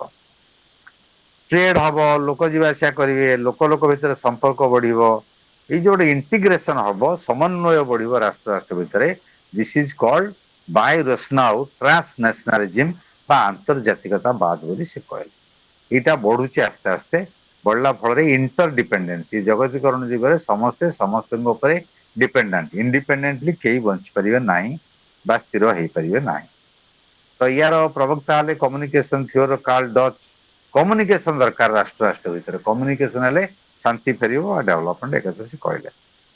ଇଏ ଆପ୍ରୋଚଟି କଣ କରେ ନା କେତେ ଏକ୍ସଟେଣ୍ଟର କମ୍ୟୁନିକେସନ ହଉଛି ସୋସାଇଟି ମାନଙ୍କ ଭିତରେ, ଏଇଟା ଫ୍ରି ଫ୍ଲୋ ହବା ଉଚିତ, ତାକୁ ରେଷ୍ଟ୍ରିକ୍ଟେଡ କରିବା ଉଚିତ ନାହିଁ। ଲୋକମାନେ ରାଷ୍ଟ୍ର ରାଷ୍ଟ୍ର ଭିତରେ ଯିବା ଆସିବା କରିବା ଦରକାର, ବେପାର ବାଣିଜ୍ୟ ହେବା ଦରକାର, କଲଚରାଲ କମ୍ୟୁନିକେସନ ଦରକାର, ନାଚ ପାର୍ଟି ଏସବୁ ଯିବା ଦରକାର। ଆମର ଯେମିତି ଓଡିଶୀ ନାଚ ଯାଉଛନ୍ତି ବିଭିନ୍ନ ରାଷ୍ଟ୍ରକୁ, ଦ୍ୟାଟ ଇଜ କମ୍ୟୁନିକେସନ। ଏଇଟା ହେଲେ କଣ ହବ ନା ଶାନ୍ତି ସମ୍ପର୍କ ବଢିବ, ପିସଫୁଲ ରିଲେସନ, ବିଶ୍ୱ ଶାନ୍ତିରେ ରହିବ ଏବଂ ବିଶ୍ୱରେ ଶାନ୍ତି ପ୍ରତିଷ୍ଠା ହେଇପାରିବ। ଗୋଟେ ପ୍ଲୁରାଲିଷ୍ଟ ସୋସାଇଟି, ବହୁଳ ସମାଜ ଏଇଟା ବଢିପାରିବ, ବିକାଶ ଲାଭ କରିପାରିବ। ତେଣୁ ଇଏ କଣ ହବ ନା absence of war, ଏଥର ଯୁଦ୍ଧ ହବନି। ଯେତେବେଳେ you have a good relation with other states, you have a communication, you have a trade, you have a cultural exchange, people to people contact and people to people exchange, then you cannot go for war. ତମେ ଦିଟା ରାଷ୍ଟ୍ର ଯଦି ଯୋଗାଯୋଗ ତମ ଭିତରେ ଅଛି, ବହୁତ ଭଲ ଅଛି, ତାହେଲେ ତମ ଭିତରେ ଯୁଦ୍ଧ ହବ ନାହିଁ। ବଟ୍ ଦିସ୍ ଇଜ ଅଲସୋ ରଙ୍ଗ, କାରଣ ଯୋଗାଯୋଗ ଥାଇକି ମଧ୍ୟ ଅତି ଭଲ ସମ୍ପର୍କ ଥାଇକି ଯୁଦ୍ଧ ହଉଛି। ଓକେ, ବାଂଲାଦେଶ ସହିତ ଆମର ବହୁତ ଭଲ ସମ୍ପର୍କ ଥିଲା। ବର୍ତ୍ତମାନ ସେଠୁ ଶେଖ ହାସିନା ଗଲା ପରେ ବର୍ତ୍ତମାନ ଆମର ତାଙ୍କ ସହିତ ପଡୁନି। ଆମେ ସେ ଯୋଉ ବଡରେ ବାଡିଆ ପିଟା ହଉଛି, ଇଟା ପଥର ଫୋପଡା ଫୋପଡି ହଉଛନ୍ତି। ତ କ୍ୱେଶ୍ଚିନ୍ ହଉଛି କମ୍ୟୁନିକେସନ ଇଟ୍ସ ଗୁଡ, କିନ୍ତୁ this is not can the final end or final truth. ତ କାର୍ଲ ଡଚ୍ ୟାର ହଉଛନ୍ତି ପ୍ରବକ୍ତା। ସିକ୍ୟୁରିଟି କମ୍ୟୁନିଟି କଥା କହିଲେ, ତେଣୁ ଦିଟା ସବ କାଟେଗୋରୀ କାର୍ଲ ଡଚ୍ କହିଲେ, ଆମାଲଗାମେଟେଡ ଆଣ୍ଡ ପ୍ଲୁରାଲିଷ୍ଟ। ପ୍ଲୁରାଲିଷ୍ଟ ବୁଝିପାରୁଛ, ତ ଆମାଲଗାମେଟେଡ ସିକ୍ୟୁରିଟି କମ୍ୟୁନିଟି କିଏ ନା ଏଇଟା ଆମେରିକା ଦଳ, ଫିଟ୍ ଦ ବିଲ୍ ସେନ୍ ଦ ୟୁନିଫାଏଡ ଫେଡେରାଲ ଷ୍ଟ୍ରକ୍ଚର, ଏଇଟା ଆମାଲଗାମେଟେଡ ମିଶିଯାଇଛି। ପ୍ଲୁରାଲିଷ୍ଟ କିଏ ନା ଯେମିତି ୱେଷ୍ଟର୍ଣ୍ଣ ୟୁରୋପ, ନର୍ଥ ଆମେରିକା, ବହୁଳ ସମାଜ। ତାପରେ ଆଉ ଗୋଟେ ଥିଓରି ଆସିଲା, ମୁଁ I can leave you by 5:30, ଆଉ 5 ମିନିଟ୍ ପରେ ମୁଁ ଛାଡ଼ିଦେଲେ ଚଳିବ ତ? ଆମର 7ଟାରେ ସରିବା କଥା, ଆମର 2ଟା ଚାପ୍ଟର ସରିଯିବ, ଏଇ ଚାପ୍ଟରଟା ସାରିଦେଇକି ଆଉ ନୂଆ ଚାପ୍ଟର ସରିବନି, ତାକୁ ଆରମ୍ଭ କରି ଲାଭ ନାହିଁ, କାଲି ଆମେ ଆରମ୍ଭ କରିବା। ତେଣୁ ମୁଁ ତମକୁ 15-20 ମିନିଟ୍ ଆଗକୁ ଛାଡ଼ିଦେବି, ଇଟ୍ସ ଓକେ Yes, sir. ହେଲା। ଆଉ ଗୋଟେ theory of conflict resolution. What is conflict? ଦ୍ୱନ୍ଦ୍ୱ, ରିଜଲ୍ୟୁସନ ସମାଧାନ। ତେଣୁ ସମାଧାନ କେମିତି ହବ କନଫ୍ଲିକ୍ଟଟା, ତାର ଗୋଟେ ଥିଓରି ଅଛି। ସେ କହୁଛନ୍ତି ଯେ ଲିବରାଲ ମାନେ, ଉଦାରବାଦୀ ମାନେ, ଲିବରାଲ ମାନେ, ସେମାନେ କହୁଛନ୍ତି ଯେ ମଣିଷ ହଉଛି ରେସନାଲ, ରିଜନେବୁଲ, ଲଜିକାଲ। ମଣିଷ ଗୋଟେ ଯୁକ୍ତିସଙ୍ଗତ ପ୍ରାଣୀ, ଅଯୁକ୍ତିକର କଥା କହିବନି। କିନ୍ତୁ ବର୍ତ୍ତମାନ ପୃଥିବୀର ଯୋଉଟା ଶକ୍ତିଶାଳୀ ରାଷ୍ଟ୍ର ଆମେରିକା, ତାର ଯିଏ ରାଷ୍ଟ୍ରପତି ସବୁଠାରୁ ଅଯୁକ୍ତିକର କଥା ବେଶୀ କହୁଛନ୍ତି। ତାହେଲେ ସେ ମଣିଷ ନୁହେଁ। କିଛି ଲୋକ କହୁଛନ୍ତି ସେ ମାନେ ପାଗଳାଙ୍କ ଭଳିଆ କହୁଛନ୍ତି, ବାଛାଳ ଭଳିଆ କହୁଛନ୍ତି, ସକାଳେ ଗୋଟେ କଥା, ରାତିରେ ଗୋଟେ କଥା। ଏଇ ଟ୍ରମ୍ପ ତାରିଫ ବସିଲା, ଏଇ 21 ଦିନ ଛାଡିଦେନି, ଏଇ ହେଲା, ଗୋଟେ ସେନ୍ସେସନ କ୍ରିଏଟ କରୁଛନ୍ତି। ଏ ଥିଓରିଟା ସେ ଚ୍ୟାଲେଞ୍ଜ କରୁଛି, ଏ ଥିଓରି ତାଙ୍କର ବ୍ୟବହାରଟା। ତ ହ୍ୟୁମାନ ରିଜିନ ଆଉ ରେସନାଲିଟି ଅନୁସାରେ ଆନ୍ତର୍ଜାତିକ ସମ୍ପର୍କ ଚାଲିବ। ଯଦି ରେସନାଲ ବିହେଭିୟର, ଯେମିତି ମଣିଷ ମାନେ ରେସନାଲ ବିହେଭିୟର କରନ୍ତି, ରାଷ୍ଟ୍ର ମାନେ ମଧ୍ୟ ସେୟା କରିବେ। ତେଣୁ ରିଏଲିଷ୍ଟ ମାନେ ବିଲୋଭ କରୁଛନ୍ତି କଣ, ଯେ ୱାର ନହେଲେ ସମସ୍ୟାର ସମାଧାନ ହେଇପାରିବ। ଲିବରାଲ କହୁଛନ୍ତି ନାହିଁ, ସେମିତି ନୁହେଁ। ଆମେ ଯଦି ଆନ୍ତର୍ଜାତିକ ସହଯୋଗ ରକ୍ଷା କରିପାରିବା, ତାର ବଳ ପ୍ରୟୋଗ କରିବା ଦରକାର ନାହିଁ, ୱାର ପ୍ରୟୋଗ କରିବା ଦରକାର ନାହିଁ, ଶାନ୍ତିପୂର୍ଣ୍ଣ ଉପାୟରେ ସମାଧାନ ହେଇପାରିବ। That is theory of conflict resolution. ତେଣୁ ରିଏଲିଷ୍ଟ ଆଉ ନିଓ ରିଏଲିଷ୍ଟ ମଧ୍ୟରେ ଏଇଟା ହଉଛି ପାର୍ଥକ୍ୟ। ତେଣୁ କୋଏରସିଭ ମେଥଡ ଦରକାର ନାହିଁ, ବଳ ପ୍ରୟୋଗ ମେଥଡ ଦରକାର ନାହିଁ, ଅତ୍ୟାଚାରୀ ମେଥଡ ଦରକାର ନାହିଁ। ଏଇଟା ନନ୍ କୋଏରସିଭ ମେଥଡ, ଯୋଉଟା ଆମ ଭିତରେ କଣ ମ୍ୟୁଚୁଆଲ ଇଣ୍ଟରେଷ୍ଟ ଅଛି, ଆମ ଭିତରେ ପରସ୍ପର ଭିତରେ ବନ୍ଧୁତ୍ୱ କଣ ଅଛି, ସମାନତା କଣ ଅଛି, କୋଉ କୋଉ ପଏଣ୍ଟରେ ଆମେ ଏଗ୍ରିଡ ଅଛନ୍ତି, ତାକୁ ଆଲୋଚନା କରିକି ଆମେ ଆଗକୁ ବଢିପାରିବା, ହେଲା। ତେଣୁ ଇଏ ଯୋଉ ଲିବରାଲିଜିମର ବିଭିନ୍ନ ଷ୍ଟାଣ୍ଡ, ଇଣ୍ଟରଡିପେଣ୍ଡେନ୍ସ ଲିବରାଲିଜିମ, ରିପବ୍ଲିକାନ ଲିବରାଲିଜିମ, ତାକୁ ନେଇକି ଆମେ ଆଗକୁ ଯାଇପାରିବା। କିନ୍ତୁ ଜୁରିସ୍ପ୍ରୁଡେନ୍ସ, ଆଇନଗତ ଲିବରାଲ ଏ କନଫ୍ଲିକ୍ଟ ରିଜଲ୍ୟୁସନ ଉପରେ ବେଶୀ ଗୁରୁତ୍ୱ ଦଉଛନ୍ତି। ସେମାନଙ୍କର ମତ ହେଲା ହ୍ୟୁଜ ଡିଭିଜନ ଅଫ ଲେବର, ଆନ୍ତର୍ଜାତିକ ଅର୍ଥନୀତିରେ ଯୋଉ ବିଭାଜନ ହେଇଛି ଆନ୍ତର୍ଜାତିକ ଶ୍ରମର ଏଥିରେ କଣ ହଉଛି ନା ପରସ୍ପର ମ୍ୟୁଚୁଆଲ ଡିପେଣ୍ଡେନ୍ସ ରାଷ୍ଟ୍ରମାନଙ୍କ ଭିତରେ ବଢିଛି ଆଉ ଭାଉଲେଣ୍ଟ କନଫ୍ଲିକ୍ଟ ନାହିଁ ତେଣୁ ଟ୍ରେଡିଂ ଷ୍ଟେଟ୍ ହେଇଗଲେଣି ଜାପାନ ଜର୍ମାନ ଯାହାର ଯାହାର ପଡୁନଥିଲା ତାଙ୍କ ଭିତରେ ବାଣିଜ୍ୟିକ କାରବାର ହେଲାଣି ଆମର ପଡୁନଥିଲା ଚାଇନା ସହିତ ପୁଣି କଥାବାର୍ତ୍ତା ହଉଛି ତେଣୁ ଟ୍ରେଡ ଟା ବହୁତ ବଢି ଚାଲୁଛି ତାକୁ କହୁଛନ୍ତି କମ୍ପ୍ଲେକ୍ସ ଇଣ୍ଟର ଡିପେଣ୍ଡେନ୍ସ ସିଷ୍ଟମ ମାନେ ଜଟିଳ ଭାବରେ ଆମେ ପରସ୍ପର ଉପରେ ନିର୍ଭରଶୀଳ ବାନ୍ଧି ହେଇଛନ୍ତି ଛନ୍ଦି ହେଇଛନ୍ତି ରାଷ୍ଟ୍ରମାନେ ତେଣୁ ଯୁଦ୍ଧ ଆଉ ଦରକାର ନାହିଁ ଯୁଦ୍ଧ ହବ ନାହିଁ but now the recent developments in last few days and the behavior of American president has challenged this theory. ये theory टाକୁ ଭୁଲ ପ୍ରମାଣିତ କରିଦେଲା କିଏ ଡୋନାଲ୍ଡ ଟ୍ରମ୍ପଙ୍କର ବ୍ୟବହାର ଡୋନାଲ୍ଡ ଟ୍ରମ୍ପଙ୍କର ଯୋଉ ମତାମତ ଡୋନାଲ୍ଡ ଟ୍ରମ୍ପଙ୍କର ଯୋଉ କାରବାର ଏ ସମସ୍ତେ ଆଶ୍ଚର୍ଯ୍ୟ ହଉଛନ୍ତି ଏଟା ହେଲା ନାହିଁ କମ୍ପ୍ଲେକ୍ସ ଇଣ୍ଟରଡିପେଣ୍ଡେନ୍ସ କାହିଁ ଇଣ୍ଟରଡିପେଣ୍ଡେନ୍ସ ଥାଇକି ମଧ୍ୟ ଆମେ ବିଫଳ ହଉଛୁ ତାପରେ ରିପବ୍ଲିକାନ ଲିବରାଲ କହୁଛନ୍ତି କଣ ଦିଟା ଇସ୍ୟୁ ଗୋଟେ କନଫ୍ଲିକ୍ଟ ଭର୍ସେସ ଡେମୋକ୍ରାସି ଡେମୋକ୍ରାସି ମାଧ୍ୟମରେ ଆମେ କନଫ୍ଲିକ୍ଟଟାକୁ ସମାଧାନ କରିପାରିବା କୋଉ ପ୍ରିନ୍ସିପଲ ନା ପିସଫୁଲ କୋଏକ୍ଜିଷ୍ଟେନ୍ସ ଶାନ୍ତିପୂର୍ଣ୍ଣ ସହାବସ୍ଥାନ ଆମେ ଯଦିଓ ପରସ୍ପର ବିରୋଧୀ ଆମ ଭିତରେ ମତ ପାର୍ଥକ୍ୟ ଅଛି ଆଦର୍ଶଗତ ଲଢେଇ ଅଛି ତା ସହିତ ଆମେ ସାଙ୍ଗ ହେଇକି ରହିବା ଯୁଦ୍ଧ ଏକ ବିକଳ୍ପ ନୁହେଁ ପରମାଣୁ ଯୁଗରେ ଯୁଦ୍ଧ ବିକଳ୍ପ ନୁହେଁ ଭାରତ ପାକିସ୍ତାନ କଥା ଦେଖ ଭାରତ ପାକିସ୍ତାନ ସବୁବେଳେ ଲଢୁଛନ୍ତି ଇତିହାସ ସାରା ସାଙ୍ଗ ହେଇକି ରହିଛନ୍ତି ସେଟା ରଷିଆ ଆମେରିକା ଲଢୁଛନ୍ତି ସାଙ୍ଗ ହେଇକି ରହିଛନ୍ତି ଭାରତ ଚାଇନା ଲଢିଛନ୍ତି ସାଙ୍ଗ ହେଇକି ରହିଛନ୍ତି ତେଣୁ ଡେମୋକ୍ରାଟିକ ପ୍ରିନ୍ସିପଲ ଯୋଉଟା ପିସଫୁଲ କୋଏକ୍ଜିଷ୍ଟେନ୍ସ ସେଇଟା ହବା ଉଚିତ ଏବଂ ଆମେ ସାଙ୍ଗ ହେଇକି ରହିବା ଉଚିତ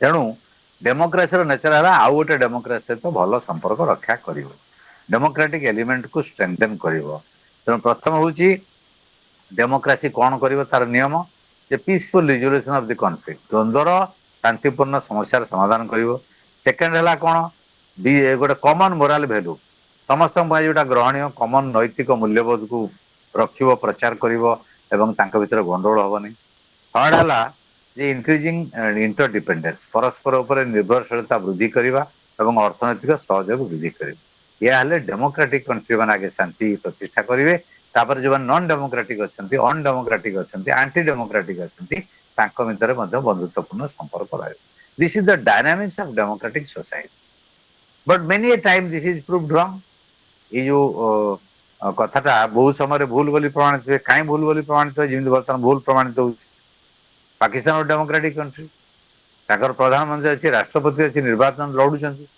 କିନ୍ତୁ ରିଏଲ କଣ୍ଟେଣ୍ଟ ନାହିଁ ଆସିଫ ମୁନିର ସେଠି ମାମଲତି କରୁଛନ୍ତି ସିଏ ତାଙ୍କର ହେଡ ମିଲିଟାରୀ ହେଡ ଯେ ପ୍ରଧାନମନ୍ତ୍ରୀ ଏବଂ ତାଙ୍କର କିଛି ଗୁରୁତ୍ୱ ନାହିଁ ଆମେରିକା ଡାକୁଛି ଆସିଫ ମୁନିର ରାଷ୍ଟ୍ରପତି ଟ୍ରମ୍ପ ଯାଇ ଜଳଖିଆ ଖାଉଛନ୍ତି ଲଞ୍ଚ ଖାଉଛନ୍ତି ଆସିଫ ମୁନିର ସାଙ୍ଗରେ ତାଙ୍କୁ ପଚାରୁନାହାନ୍ତି କାହାକୁ ପ୍ରଧାନମନ୍ତ୍ରୀ ରାଷ୍ଟ୍ରପତି so what kind of a democracy it is so these are the bigger questions that we need to discuss this is all about liberal theory neoliberal theory then realist theory and neo-realist theory so hope you have understood major ideas of these first two chapters 1 and 2 these are the items these are the theories that we studied liberalism neoliberalism realism and neorealism after sub theory हम पढ़ ले functionalism हो democratic theory हो theory of communication theory of conflict resolution etc etc so coming class रे unit 3 जोटा marxist approach to international relations what is marxist approach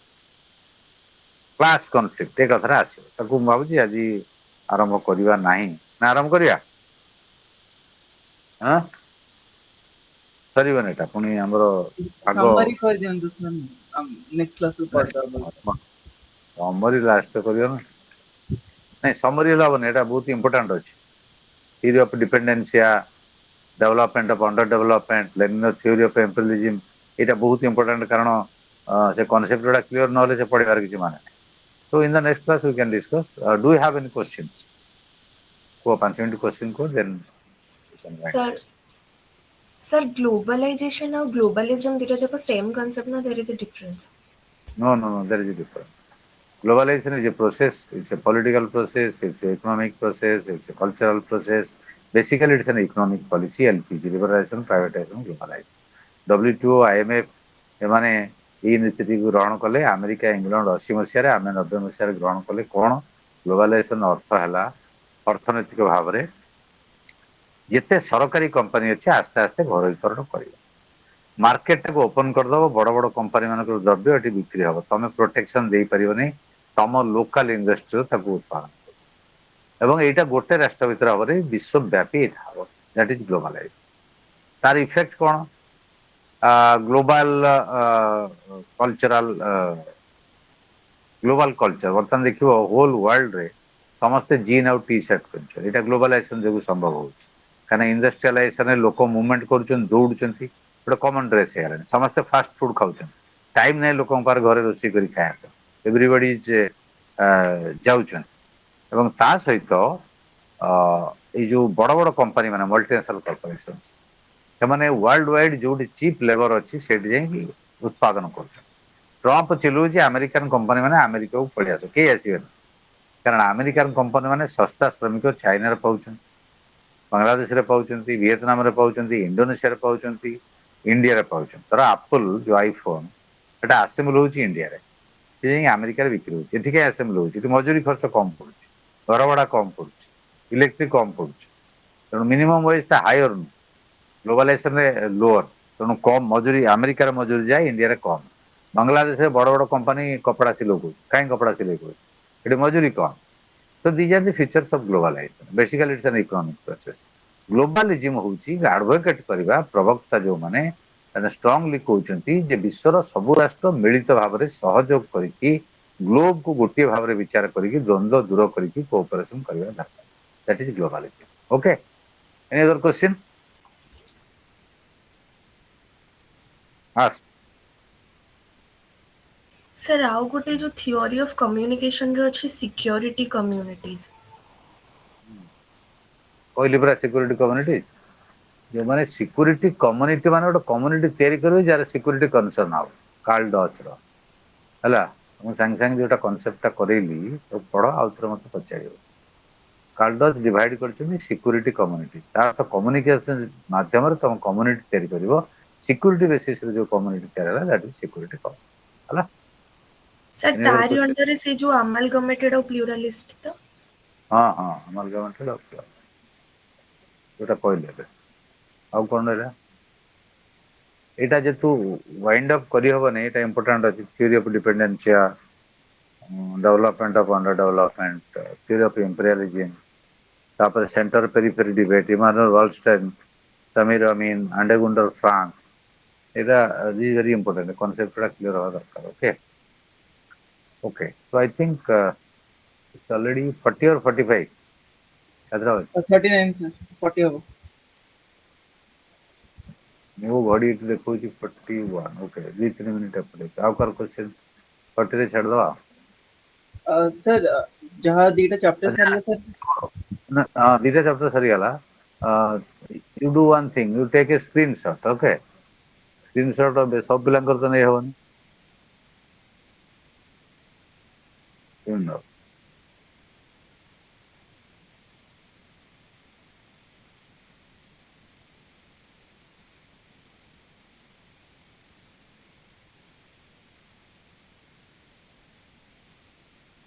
So most of the students present are girls. Where are the boys?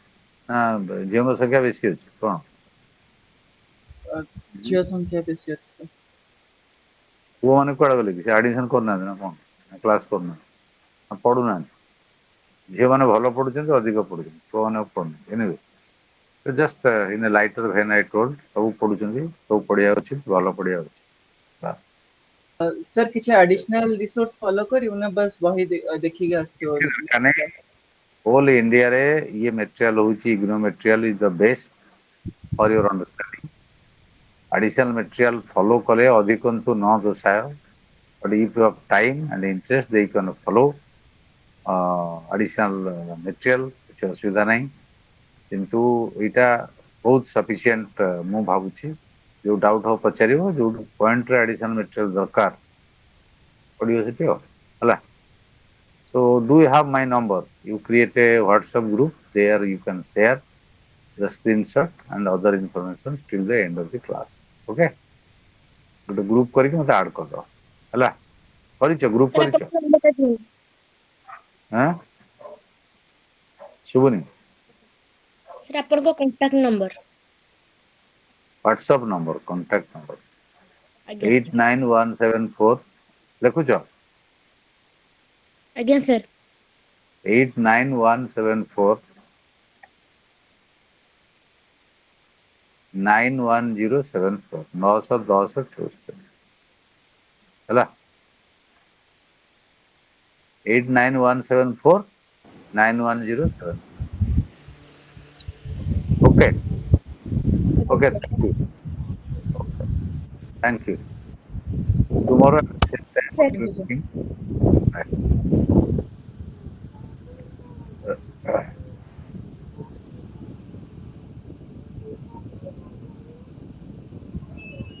Official group किछ नाही तो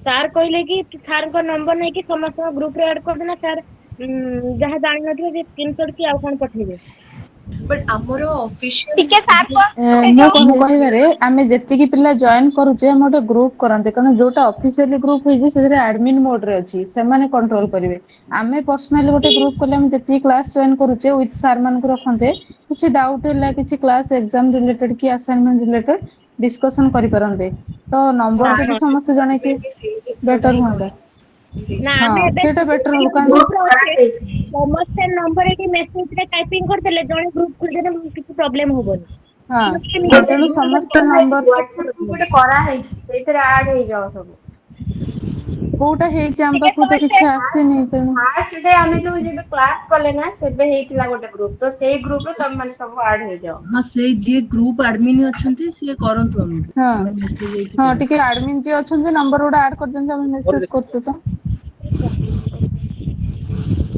ଟିକେ ଶୁଣନ୍ତୁ ନା ନମ୍ sir ଯୋଉ ନମ୍ବରଟା ଡାକିଲେ 89174 ତାପରେ 910 ତାପରେ 910 ପୁରା 74 74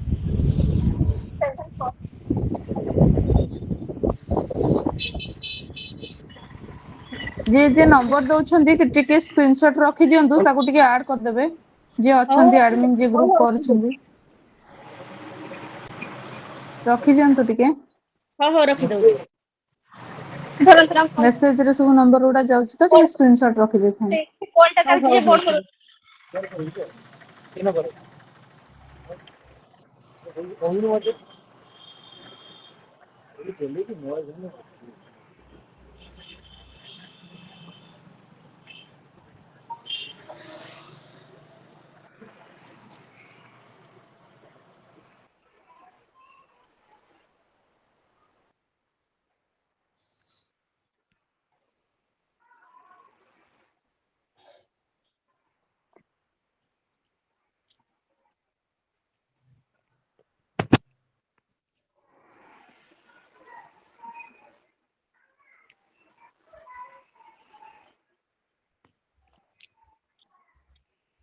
एडमिन की अछि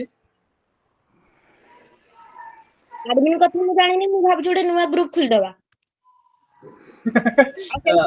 ସେଇଥିରେ ସାର୍ ଙ୍କୁ add କରିଦେବା ତମେ କରିଦିଅ ଗ୍ରୁପ अरे प्रीवियसली जो ହଁ ହଁ ଗ୍ରୁପ ଗୋଟେ ग्रुप କରିଦିଅ विजय ସିଏ सर କଣ ବିପିନ ଟୁଡୁ ନା କଣ ସିଏ କରିଥିଲେ ସିଏ ଆକ୍ଚୁଆଲି ନାହାନ୍ତି ଏବେ ସେ ତ କ୍ଲାସ ହିଁ କରୁନାହାନ୍ତି ଏବେ ସୁରଜିତ କରିଦିଅନ୍ତୁ ନୂଆରେ କରିଦବା ଆମେ ଗୋଟେ ଗ୍ରୁପ नुवा पहले ଏଇ ଗ୍ରୁପ ଟା ଖୋଲ ଦଉଚି ହଁ ତମେ पहले जो ଯିଏ कोई କରିଦିଅ अगर कोई ओल्ड ग्रुप है तो उसमें मेरे को कोई आइडिया नहीं है कोई ग्रुप है भी करके तो प्लीज मेरे को ऐड कर दिया जाए कोई भी अगर ग्रुप है तो ठीक है ଯିଏ ଆଡମିନ୍ କରିଥିଲା ଗ୍ରୁପ ସେଟା ପୁରୁଣା ଗ୍ରୁପ ଯୋଉ ଫାର୍ଷ୍ଟ ଡେ ରେ ସିଏ ଏବେ ନାହିଁ ବିପିନ ଟୁଡୁ ଯିଏ ସିଏ ନାହିଁ ଏବେ ଗ୍ରୁପରେ ତ ଆଜି ପାଇଁ କରିଦିଅ ଆରେ ଶୁଣ ଯିଏ ଥାଆନ୍ତୁ ନଥାନ୍ତୁ ଏବେ तांकु टिके मेसेज करि दियंतु जे भी करिसंती ग्रुप ता तांकु ଶୁଣ ସିଏ ଗ୍ରୁପ ଯଦି ପ୍ରିଭିୟସ ଗ୍ରୁପ ନାହିଁ ଏବେ ଗୋଟେ ଗ୍ରୁପ କ୍ରିଏଟ କରିଦିଅ ବିଜୟ ସାର୍ ତ ସେଇ ଗ୍ରୁପ ରେ ନଥିଲେ ସାର୍ ନାହାନ୍ତି ହଁ ହଁ ତେଣୁ ହଁ ଏବେ ଠିକ ଗୋଟେ କଥା ନୂଆ ଗ୍ରୁପ କ୍ରିଏଟ କରିକି ଆମେ ଏଇଥିରେ ରହିବା ଆଉ ମାନସ ସାର୍ ଙ୍କୁ ଆଡ କରିଦବା ବାସ୍ ସରିଲା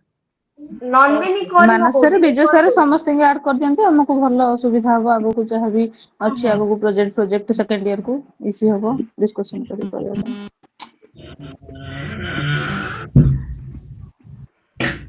ଆସାଇନମେଣ୍ଟ କିଏ ଲେଖିଲଣି असाइनमेंट आरंभ करी नहीं लास्ट टाइम कहैथिल कोन चेंज हिची तो सेंटर को जाई ଚେଞ୍ଜ ହେଇଛି କାଇଁ ମେଲ ତ ଏପର୍ଯ୍ୟନ୍ତ क्वेश्चन आसीबो ए क्वेश्चन नुहे सेहि पई मैं आरंभ करनै। ହଁ ନା ନା ଯୋଉଠି ଆଉ ଚେଞ୍ଜ ହବନି। ଆପଣ ଯୋଉଠି ସେଣ୍ଟର ଦେଇଥିବେ ଇଗ୍ନୋ ସେଣ୍ଟରରେ ସେଇଠି ତ ସବୁ ଫ୍ୟାସିଲିଟି ଅଛି। ଆମ କେଉଁଝରରେ ବି ତ ପୁରା ସବୁ ମାନେ କେମିତି ଲେଖା ହୁଏ ସେ ପ୍ରୋସେସରେ ପୁରା ଖାତା ଦେଇ ଦଉଛନ୍ତି।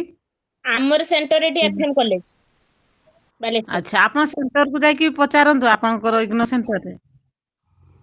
ହଉ ହଉ। ଆଉ କୋଶ୍ଚିନ୍ ଚେଞ୍ଜ ହବନି କହୁଥିଲେ ସବୁ। ନାଇଁ ନାଇଁ ଆଉ क्वेश्चन ଆଉ असाइनमेंट चेंज भी न हो जो माने स्टार्ट कर देछंती ହଁ, ସେମାନେ ଆମେ ତ ଅଧା ଲେଖି ସାଇଲୁଣି ନା ଦିଟା ତିନିଟା ହଁ ଦିଟା कंप्लीट भी ହେଇଗଲାଣି ତ प्रॉब्लम ହେଇଯିବ। କିଏ ଆଉ କଣ ଗୋଟେ ଲେଖିଲେ ଅଛି। ହଁ ଲେଖା ଲେଖି ହେଲାଣି ଯେ କିନ୍ତୁ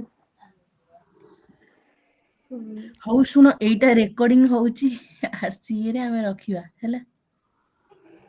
ହଉ ରଖିବା ଗ୍ରୁପ କଲ ନା। ଗ୍ରୁପ କରିଦିଅନ୍ତୁ ଗୋଟେ ଯେତିକି ନମ୍ବର ହେଲା ଗ୍ରୁପ କରିଦିଅନ୍ତୁ ଅନ୍ୟମାନଙ୍କୁ ଆଡ କରିଦେବେ ସବୁ ହେଇଯିବ ଆଉ। ଠିକ ଅଛି। ଆପଣମାନଙ୍କ ଭିତରୁ ଆଡମିନ ବି କିଏ ରଖିଦିଅନ୍ତୁ। ଆମର କିଏ ନୀଳ ସ୍କ୍ରିନଶଟ ମାଧବ ରଖିଲେ ତ? ସ୍କ୍ରିନଶଟ ଆଚ୍ଛା ରଖିଛନ୍ତି ତ? ହଁ ହଁ ରଖିଛି।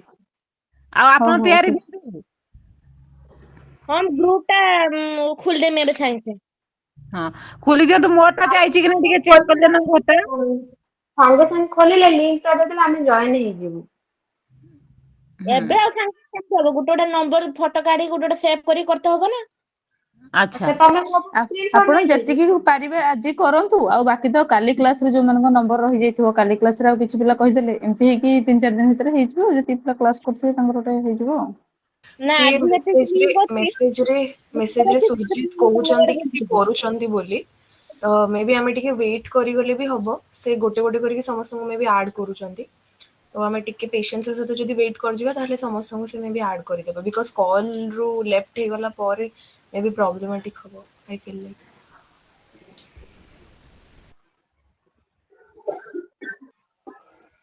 ବୋଧେ ଆମ ଗ୍ରୁପରେ ଝିଅ ଅଧିକା ଅଛନ୍ତି ବୋଧେ। ବେଶୀ ଝିଅ। ଆଜ୍ଞା ବେଶୀ ଝିଅ। ମୁଁ ମ୍ୟାରେଡ ହେଲେ ବି ଝିଅ କହିଦଉଛି ଆଉ। ମ୍ୟାରେଡ ଏବେ ମହିଳା। ଆଜ୍ଞା। ଏବେ ଆମେ ଝିଅ ସେମାନେ ଯଦି ମ୍ୟାରେଜ କରିବେନି।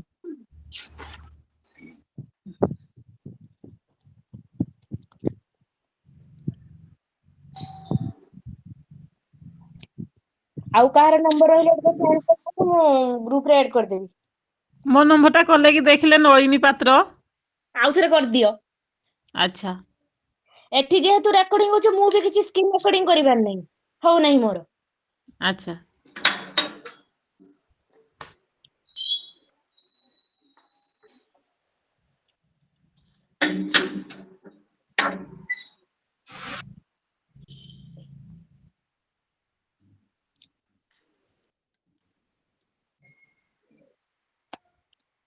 ପାଇଲେ?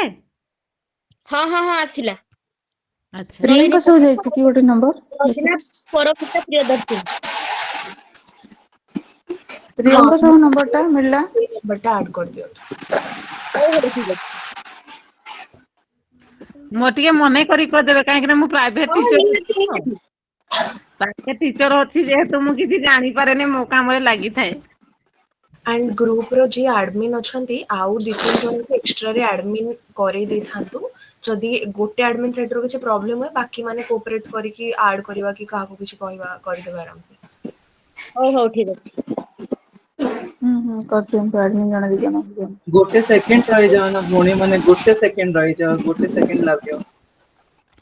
ନମ୍ବର ସବୁ ଟାଇପ ହିଁ କରି ସାରିଲିଣି ମୁଁ ଗୋଟେ ସେକେଣ୍ଡ ରହିଯାଉ ଆଡ ହେଇଯାଉ ତାପରେ ଲେଫ୍ଟ ହେଇଯିବ ସବୁ। କେତେ ଆଚ୍ଛା ହଉ 13 ଜଣ ଅଛ ନା ଗୋଟେ ସେକେଣ୍ଡ ବସ ରହିଯାଅ। ନନ୍ଦିନୀ ଆଉ ସୁରଜିତ ଗୋଟିଏ ଗ୍ରୁପ କ୍ରିଏଟ କରୁଛନ୍ତି ନା ଅଲଗା ଅଲଗା ଗ୍ରୁପ?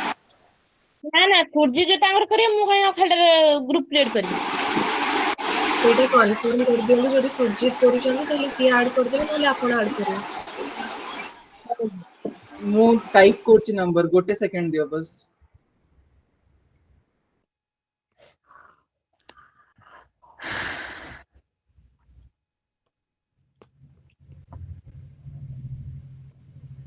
ମୁଁ ଭାବୁଛି ସବୁ ଝିଅ ମାନେ ଅଛନ୍ତି ମାନେ ତ ରେଗୁଲାର ପିଜି ନ କରିକି କଣ ପାଇଁ ଇଗ୍ନୋ କୁ ପସନ୍ଦ କଲେ? ରେଗୁଲାର ମାନେ ଏଇ ଯୋଉ ଗଭର୍ଣ୍ଣମେଣ୍ଟ କଥା କହୁଛ ତ ଏଣ୍ଟ୍ରାନ୍ସ ହଁ ଦେଇ ହଁ ହଁ ସେଥିପାଇଁ ବହୁତ ଟାଇମ ଲାଗେ ସେଥିପାଇଁ ସର୍ଟକଟ ରେ ଇଗ୍ନୋର ଆଡମିସନ ହେଲି। ଆଚ୍ଛା ଆଉ ଖରାପ ଦିଦି ଭାବିବେନି। ଦିଦି ଆମେ ଯେହେତୁ ଏନଗେଜ ଅଛୁ ଅଲଗା କାମରେ କିଏ କାହା କାମ କରୁଛନ୍ତି ସେଥିପାଇଁ ଡିଷ୍ଟାନ୍ସ ରେ କଲେ ପିଲାମାନେ ଆଉ ଆମର ଆଚ୍ଛା କିନ୍ତୁ ଏମିତି ବି ଅଛନ୍ତି ଯୋଉମାନେ ଇନଭାଇଟେସନ ଗଲା କି ଗୋଟେ ସେକେଣ୍ଡ ଇନଭାଇଟେସନ ଗଲା କି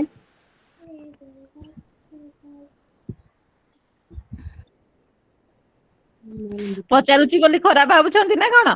ନା ନା ଏଥିରେ ଖରାପ ଭାବିବାରେ କଣ ନାଇଁ ଅଛି? ନାଇଁ ଆସିନି invitation ହଁ ଆସିନି। ଆସିଛି ଆସିଛି। ମୋର ତ ଆଡ ହେଇଯିବ ସମସ୍ତଙ୍କୁ ଆଡମିଟ କରୁଛି ବାସ୍ ଗୋଟେ ମିନିଟ ଦିଅ ଦେନ୍ ଲେଫ୍ଟ ହେଇଯିବ ମିଟିଂ ରୁ। ତମେ ଟିକେ ଲିଙ୍କ ଟା ସେୟାର କରିଦିଅ। ମାନେ ମାସ ସେୟାର କରିଛି ସମସ୍ତଙ୍କୁ ଯାହା ଯାହା ନମ୍ବର ଟାଇପ କରିଥିଲ ଏଠି।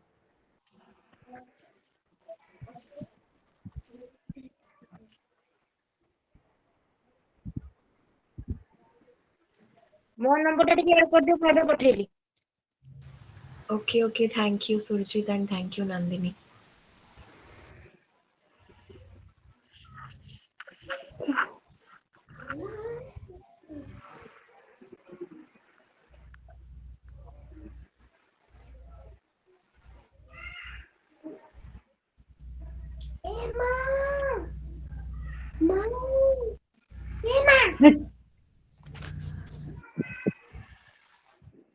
ସୁଜିତ ସବୁ କମ୍ପ୍ଲିଟ କଲ କି? ग्रुप एडमिन अपडेट कर ली बाकी अच्छा ऐड ही जो एक थोड़े कर देबे मु लेफ्ट होची ठीक अछि और टिके पर मु देखि कि समस्त को एडमिन कर दी अदरवाइज जे एडमिन अछि माने बाकी मान को कर दबो। अच्छा ମୋ ପାଖରେ କିଛି ଆସିନାହିଁ ଲିଙ୍କ। नंबर कोटा कोनी 8328880912 ना ହଁ एंटर ही ନନ୍ଦିନୀ माउथ रे कर ସୁଜିତ ସୁଜିତ ମୋ ଦେଖିଲେ ଟିକେ 9777162653। वेट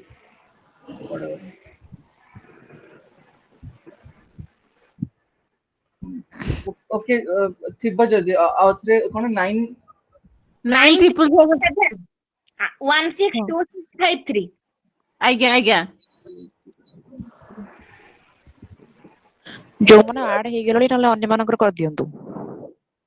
हां बेटर होबो सेटा थैंक यू। ମୋର ଆସିନି ମୋର ଟିକେ ମୋର ଦେଖିଦିଅ ଟିକେ 86 କରିଦବ 977 ଯୋଉଟା ଅଛି ବବିତା ବେହେରା ଯୋଉଟା ସେଇଟା ଟିକେ କରିଦବ। ଯୋଉମାନଙ୍କର ଇନଭିଟେସନ ଆସିଲାଣି ସେମାନେ କରିଦିଅନ୍ତୁ ଅନ୍ୟମାନଙ୍କର ସେ ଏକୁଟିଆ ଅସୁବିଧା ହଉଥିବ ନା। बेटर होबो थैंक यू। ହଁ ମତେ ଆସିନି 865889 ଟିକେ ଚେକ୍ କରିଦବ। चैट रे दे दियो ना।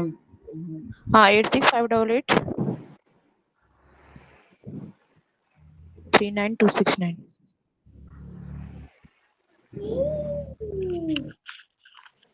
ओके मु एग्जिट होची मु स्क्रीनशॉट नहीं जाईची और ए माने वीडियो भी रिकॉर्डेड अछि तो मु पठे देबे तुमको। Okay okay phone thank number you ଟା ବି थैंक यू। ଟିକେ ଦେଖି ଦିଅନ୍ତୁ 7847952393 ଟା ଅଛି ମତେ ବି କିଛି ସେମିତି ଆସିନି ଲିଙ୍କ। धीरे कौन 7 कोन 784795 हां 52 52 ଆଜ୍ଞା। तापर ସୁରଜିତ ମୋର ଟିକେ କର ଏବେ ଯୋଉ ଦେଲି 977 ଯୋଉଟା 393 ଆଜ୍ଞା। ओके ओके मु एग्जिट है कि करूची सब ठीक अछि देन एडमिन ଏଇ ନମ୍ବର କରିବ ହେଲା ମୁଁ ମୋ ଯୋଉ ନମ୍ବର ଟା କରିଦିଅ। ହ୍ୟାଲୋ ସେ ସ୍କ୍ରିନଶଟ ନେଇଯାଅ ସ୍କ୍ରିନଶଟ ନେଇକି କରିବ। की गोटे छाडला शेयर कर लिंक देती सेटा छाड़ क्लिक करके ज्वाइन कर दियो मु बाकी एडमिन कर देबे हो।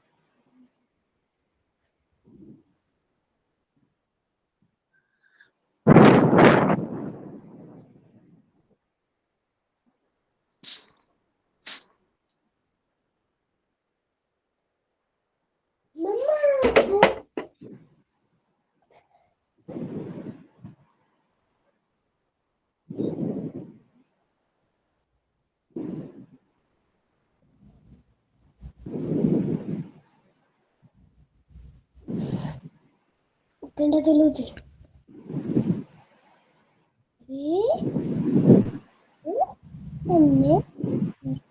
ଓକେ ସୁଜିତ ଆମେ ଏକ୍ଜିଟ୍ ହେଇଯାଉଛୁ ଆପଣ କରିବେ ଆଉ 13 ଜଣ ଆଡ୍ ଅଛନ୍ତି ଏପର୍ଯ୍ୟନ୍ତ 13 ଜଣ